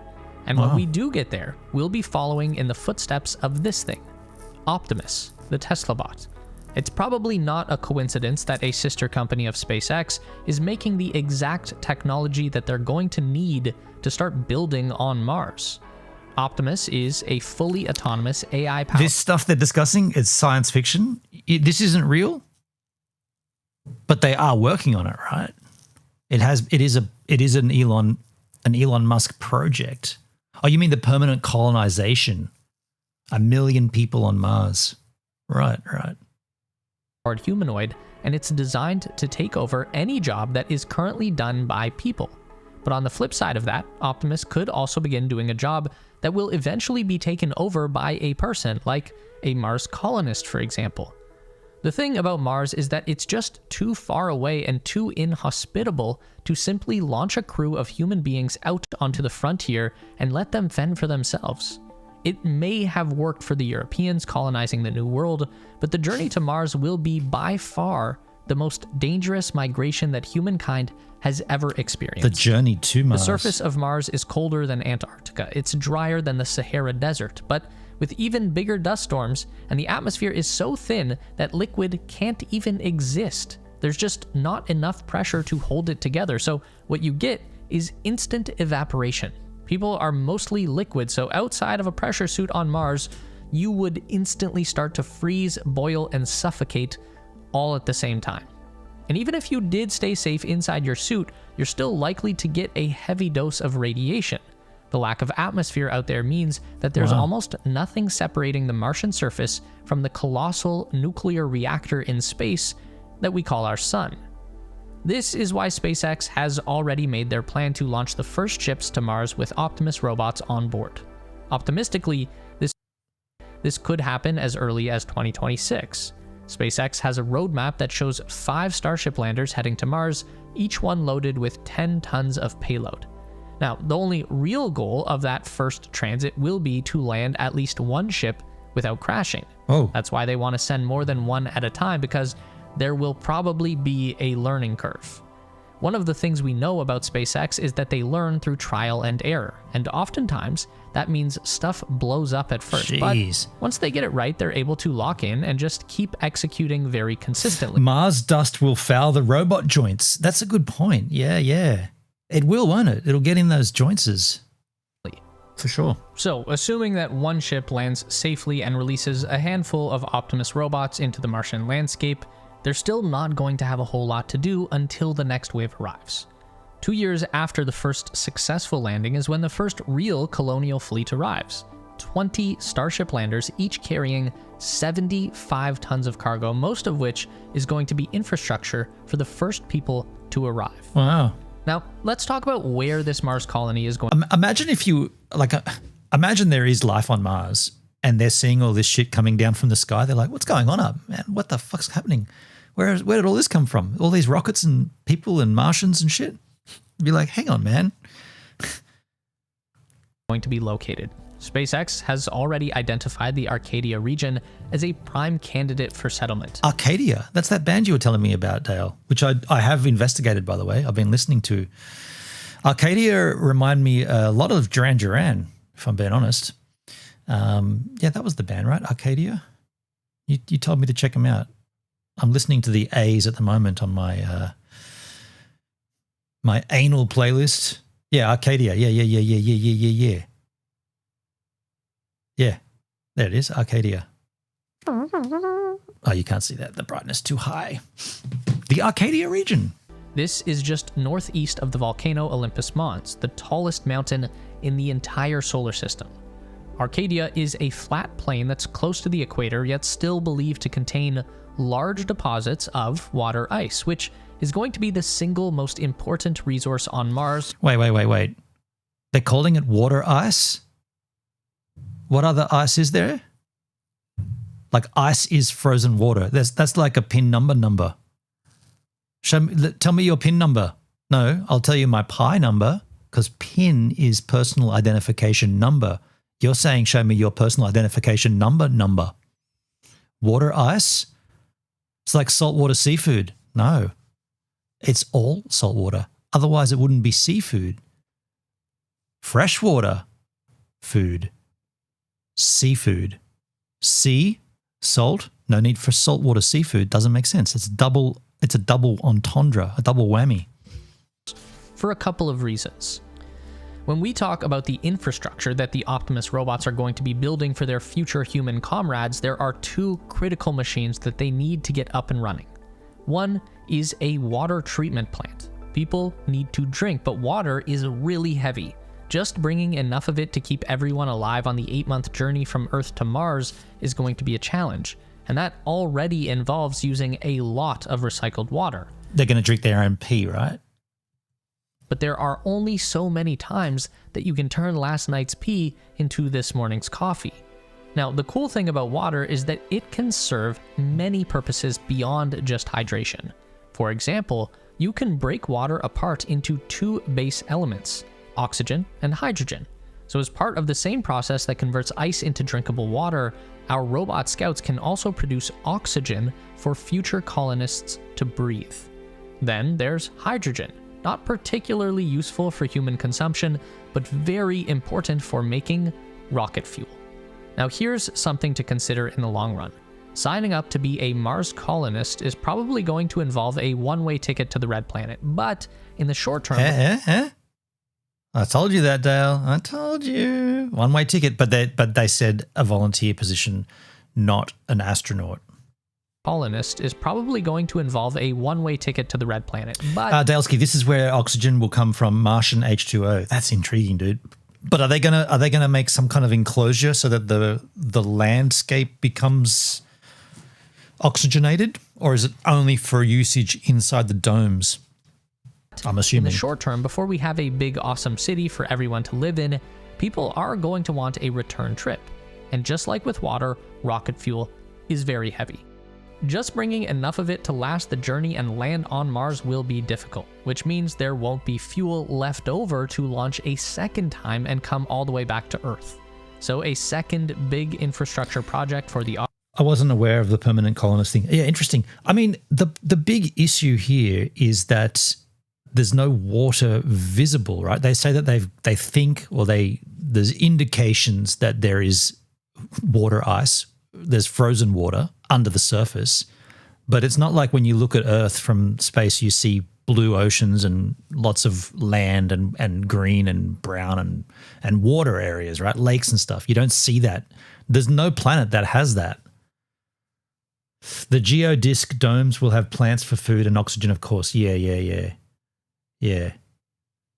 Is it possible for them to somehow make something that like a structure that expands or extends across the landform? I don't know. Can you if they made a dome over this, could they start growing in the soil like potatoes and stuff? Like I don't know. Optimus Bots is going to be constructing a rocket fuel production plant. Now, there are some rockets that burn pure hydrogen as their fuel source, but it's not a popular choice because hydrogen is a very difficult element to work with. It's very prone to weird chemical reactions and is extremely hard to contain because it's the lightest element in the universe. That is why SpaceX chooses methane as their fuel for Starship. It's hydrogen with a little bit of carbon mixed in. Methane is, with all respect, methane is what we fart, right? So part of your fart is methane, right? Carbon atom for every 4 hydrogen atoms, and that carbon just helps to stabilize the mixture and weigh it down enough to make this whole process a lot easier. Now we know hydrogen comes from water, but carbon will come out of thin air, literally. What little atmosphere Mars does have is mostly carbon dioxide, so a carbon capture device would be able to extract the necessary atoms from the air. You get carbon to make methane and some bonus oxygen for people to breathe. Now, in order to support the new robotic manufacturing industry on Mars, there's going to need to be a mining operation as well.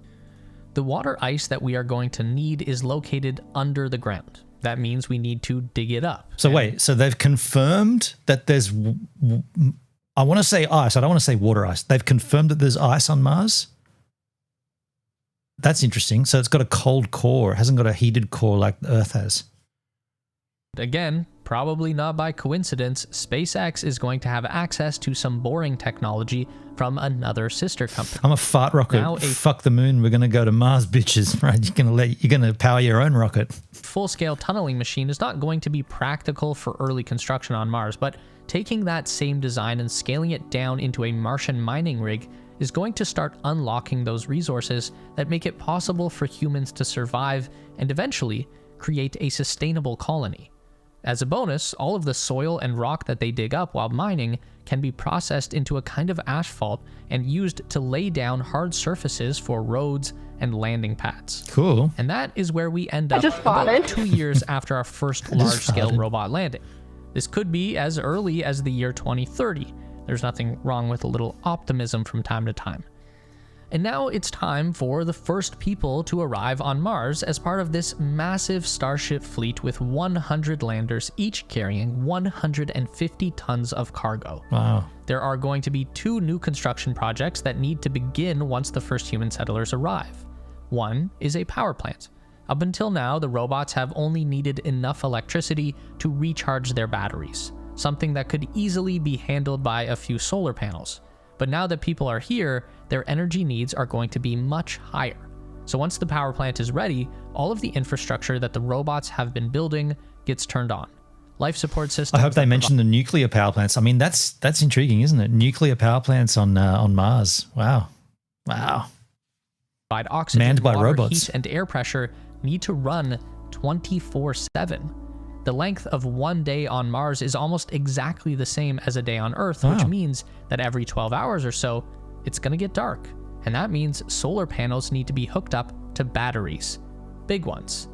By now, we can probably say it's not a coincidence that Tesla has been manufacturing large battery storage systems that they call the Megapack.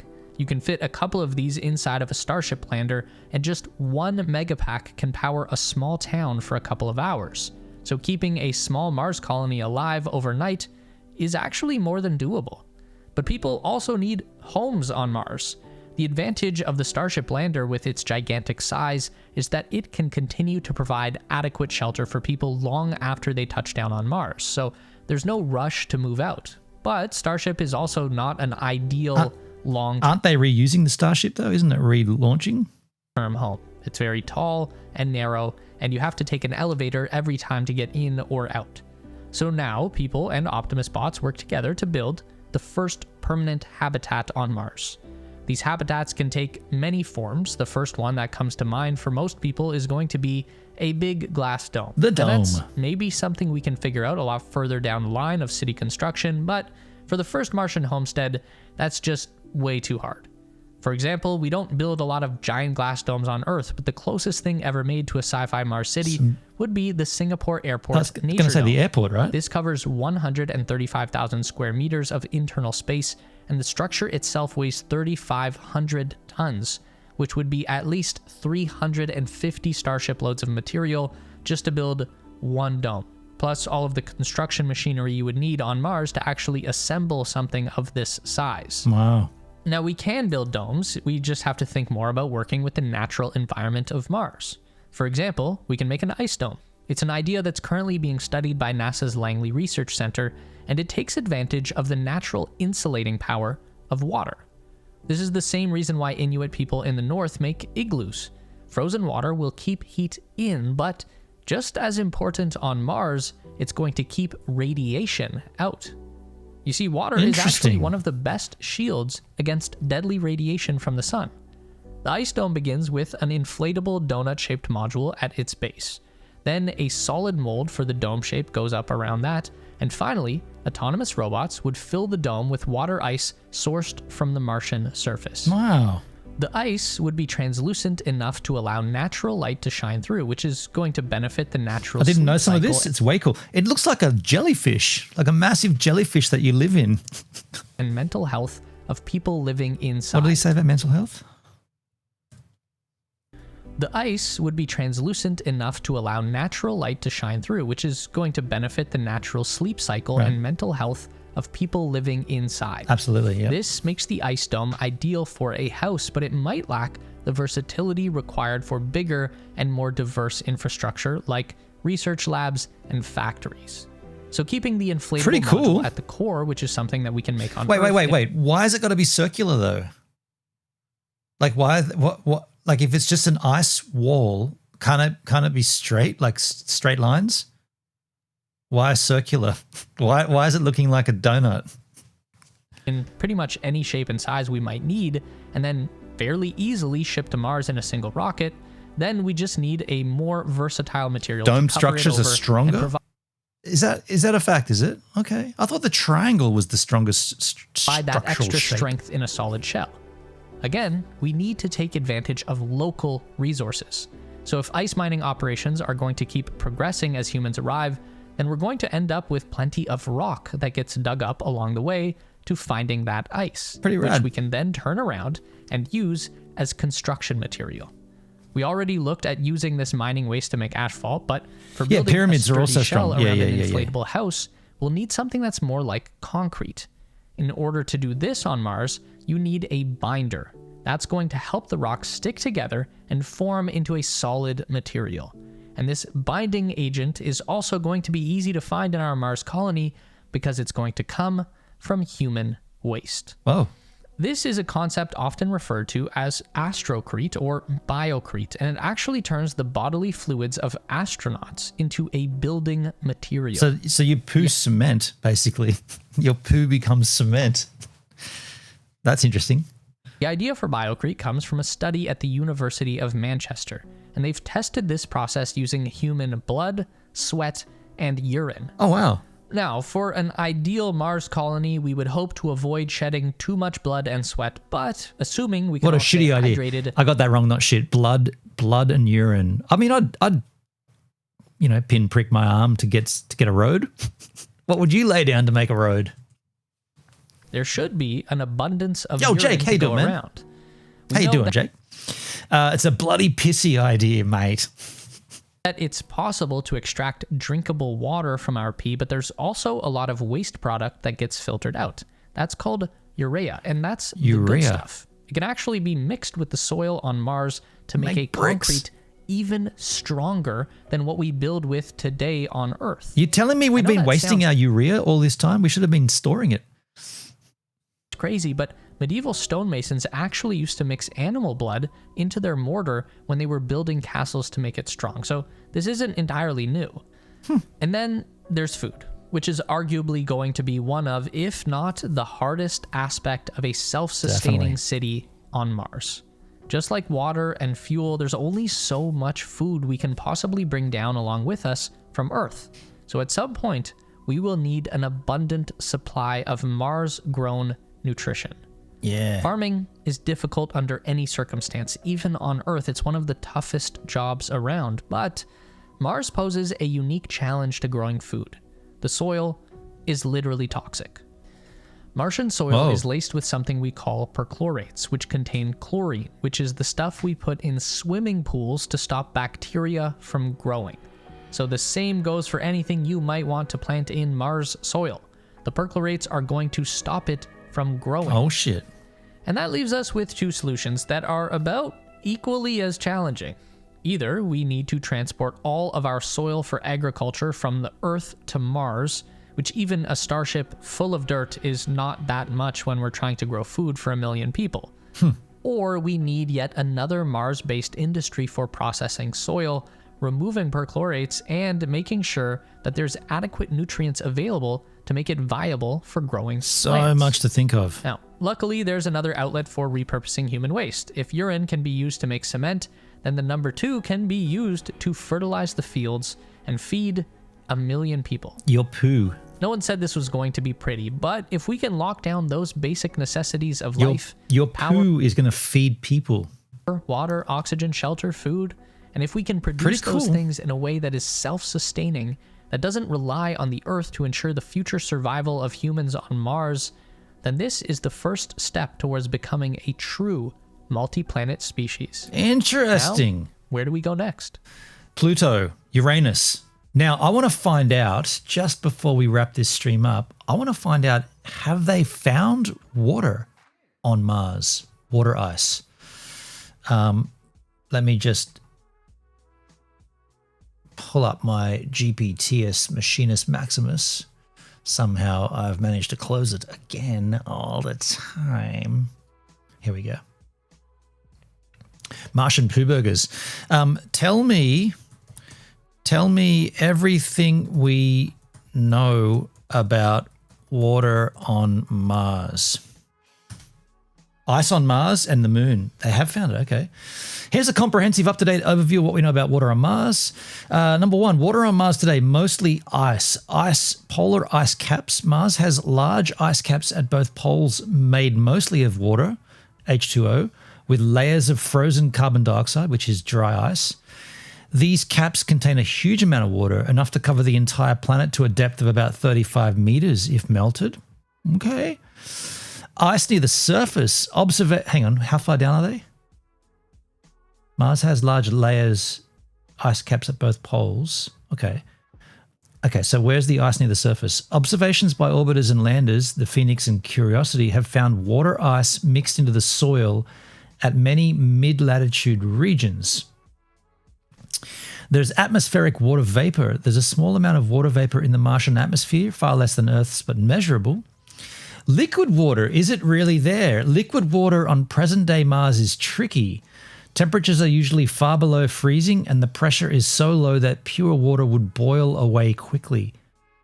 The water would boil at freezing temperatures? Say that again in English. Temperatures are usually far below freezing, and the pressure is so low that pure water would boil away quicker. Huh. However, there's a recurring slope lineage. Lineae. Dark streaks on steep slopes appear seasonally. They were linked to hydrated salts that can lower water's freezing point, suggesting briny liquid water may flow intermittently. Okay. Debate remains. Even NASA data shows conflicting interpretations, and some studies suggest the streaks could be dry flows. A dry flow. Okay. Possible subsurface briny water. Yo, Jake. Hey, Gibbs. I've been talking to GP about having you on our podcast. Cool, man. Cool. Some radar studies have hinted at liquid water under the polar ice caps, possibly a subglacial lake. Interpretations vary and are not fully confirmed. The bottom line is present-day liquid water may exist in very thin, salty films or transient flows, but stable open water, such as on Earth, does not currently exist on the surface. Mars was once much wetter. Ancient rivers, lakes, and oceans. Mars has numerous ancient riverbeds, valleys, and delta deposits. Clear evidence that water once flowed across the surface. Recent studies have mapped tens of thousands of kilometers of ancient river systems, suggesting widespread surface water billions of years ago. Shit. There's a possible ancient ocean. Radar data from China's Zhurong rover suggests beach-like deposits along what might have been an ancient northern ocean in Utopia, possibly around 3.5 to 4 billion years ago. Oh, that's a long time. Okay, this is all speculatory. Okay, so there's water on Mars. Frozen water. Jake's key, I'm her co-host. Check Gives, check YouTube. I made you a video. You made me a video? You made me a video on YouTube? What a lovely gesture. What's it about? Do I check it? Do I click it? Do I play it? Do I get trolled? I think I'm going to end the stream here anyway. But appreciate the... Well, hang on. Hang on. What am I checking on YouTube, dude? What am I checking? Where am I going? Who's doing what? Did you hear that Trevor is going to go bye-bye? No, but it doesn't surprise me. Oh, what am I looking for? I'm checking YouTube for something. What am I checking YouTube for? I go to YouTube. Here's my channel. What am I looking for? Am I looking for something on YouTube? Trovo deserves to go away. Dalesky, check your notifications. Oh, I'm not signed in there. I'm not signed in, dude. This is... I'll have to go to my studio here. Give me 1 second. I use the Firefox browser so that I'm not signed in, and now you're asking me to go to my notifications. On YouTube, community. Nope. Nothing there. Notifications, community. Nope. 5 minutes ago, Jake mentioned me in a short. Okay. I see it now. I see you there. I'll grab that short. I'll grab that short. Are you being short with me? Here it is. Here it is, folks. Volume. Ah, shit. Why is there no volume? No volume there, dude. Wait, oh, that's because I'm in the Brave Trouser browser, you idiot. Wait, then I should have been signed in here. Why am I not signed? No, I am signed in there. That's the Brave Trouser browser. I needed to close that and go to here to the Firefox machine skins. You idiot. Sometimes I think you want to fail. Still no volume. Because they mute it? Can you believe that? They default to muted. They default to muted. So now you got to run it back, unmute it, play it. Gibbs a Minute is the best in the Gibbs a Minute is the best in the world in what he does. And that's not an opinion, that's just a fact of life. Yeah, Team Gibbs a Minute, 444 life. Love you, brother. Hope to get you on the pocket. Team Gibbs a Minute, 444 life. Love you, brother. Hope to get you on the podcast really soon. Love what you do. Keep being you. And if you guys want to go check out Gibbs' channel, it'll be in the description of this video. Love you guys. Bye. Thank you, man. Gibbs a Thank you very much. Appreciate you. Very kind of you. Thank you all for hanging out on the stream here. It's been a fun time, been a good time, been a great time, some may even say. I'll be here tomorrow. I'm going to go and do this review tomorrow. So maybe we'll have a couple of those when I get back. The Spirit of Port Stephens, the Black Marlin whiskey from Lemon Tree Passage Distilling, 47.47% by ABV. I'm going to go and review this tomorrow, and then maybe we'll have a couple. Maybe not. I don't know. I'm definitely going surfboarding, though. It's going to be on tomorrow, so I'll see you guys at some point after that happens. Right now, though, take care and enjoy yourselves. Thanks for being here with me. Thanks for being here live with me, as it were. Cheers, Azizes. Who did that? Someone followed me. Oh, that was Jake, little hosty host. Thank you, Jake. Thank you, man. I'm out. I like this song, though. Yeah. Farkle? What the hell is Farkle in the chat? Gives a minute. Yeah, we take our time. Get it out of here. Farkle in the chat.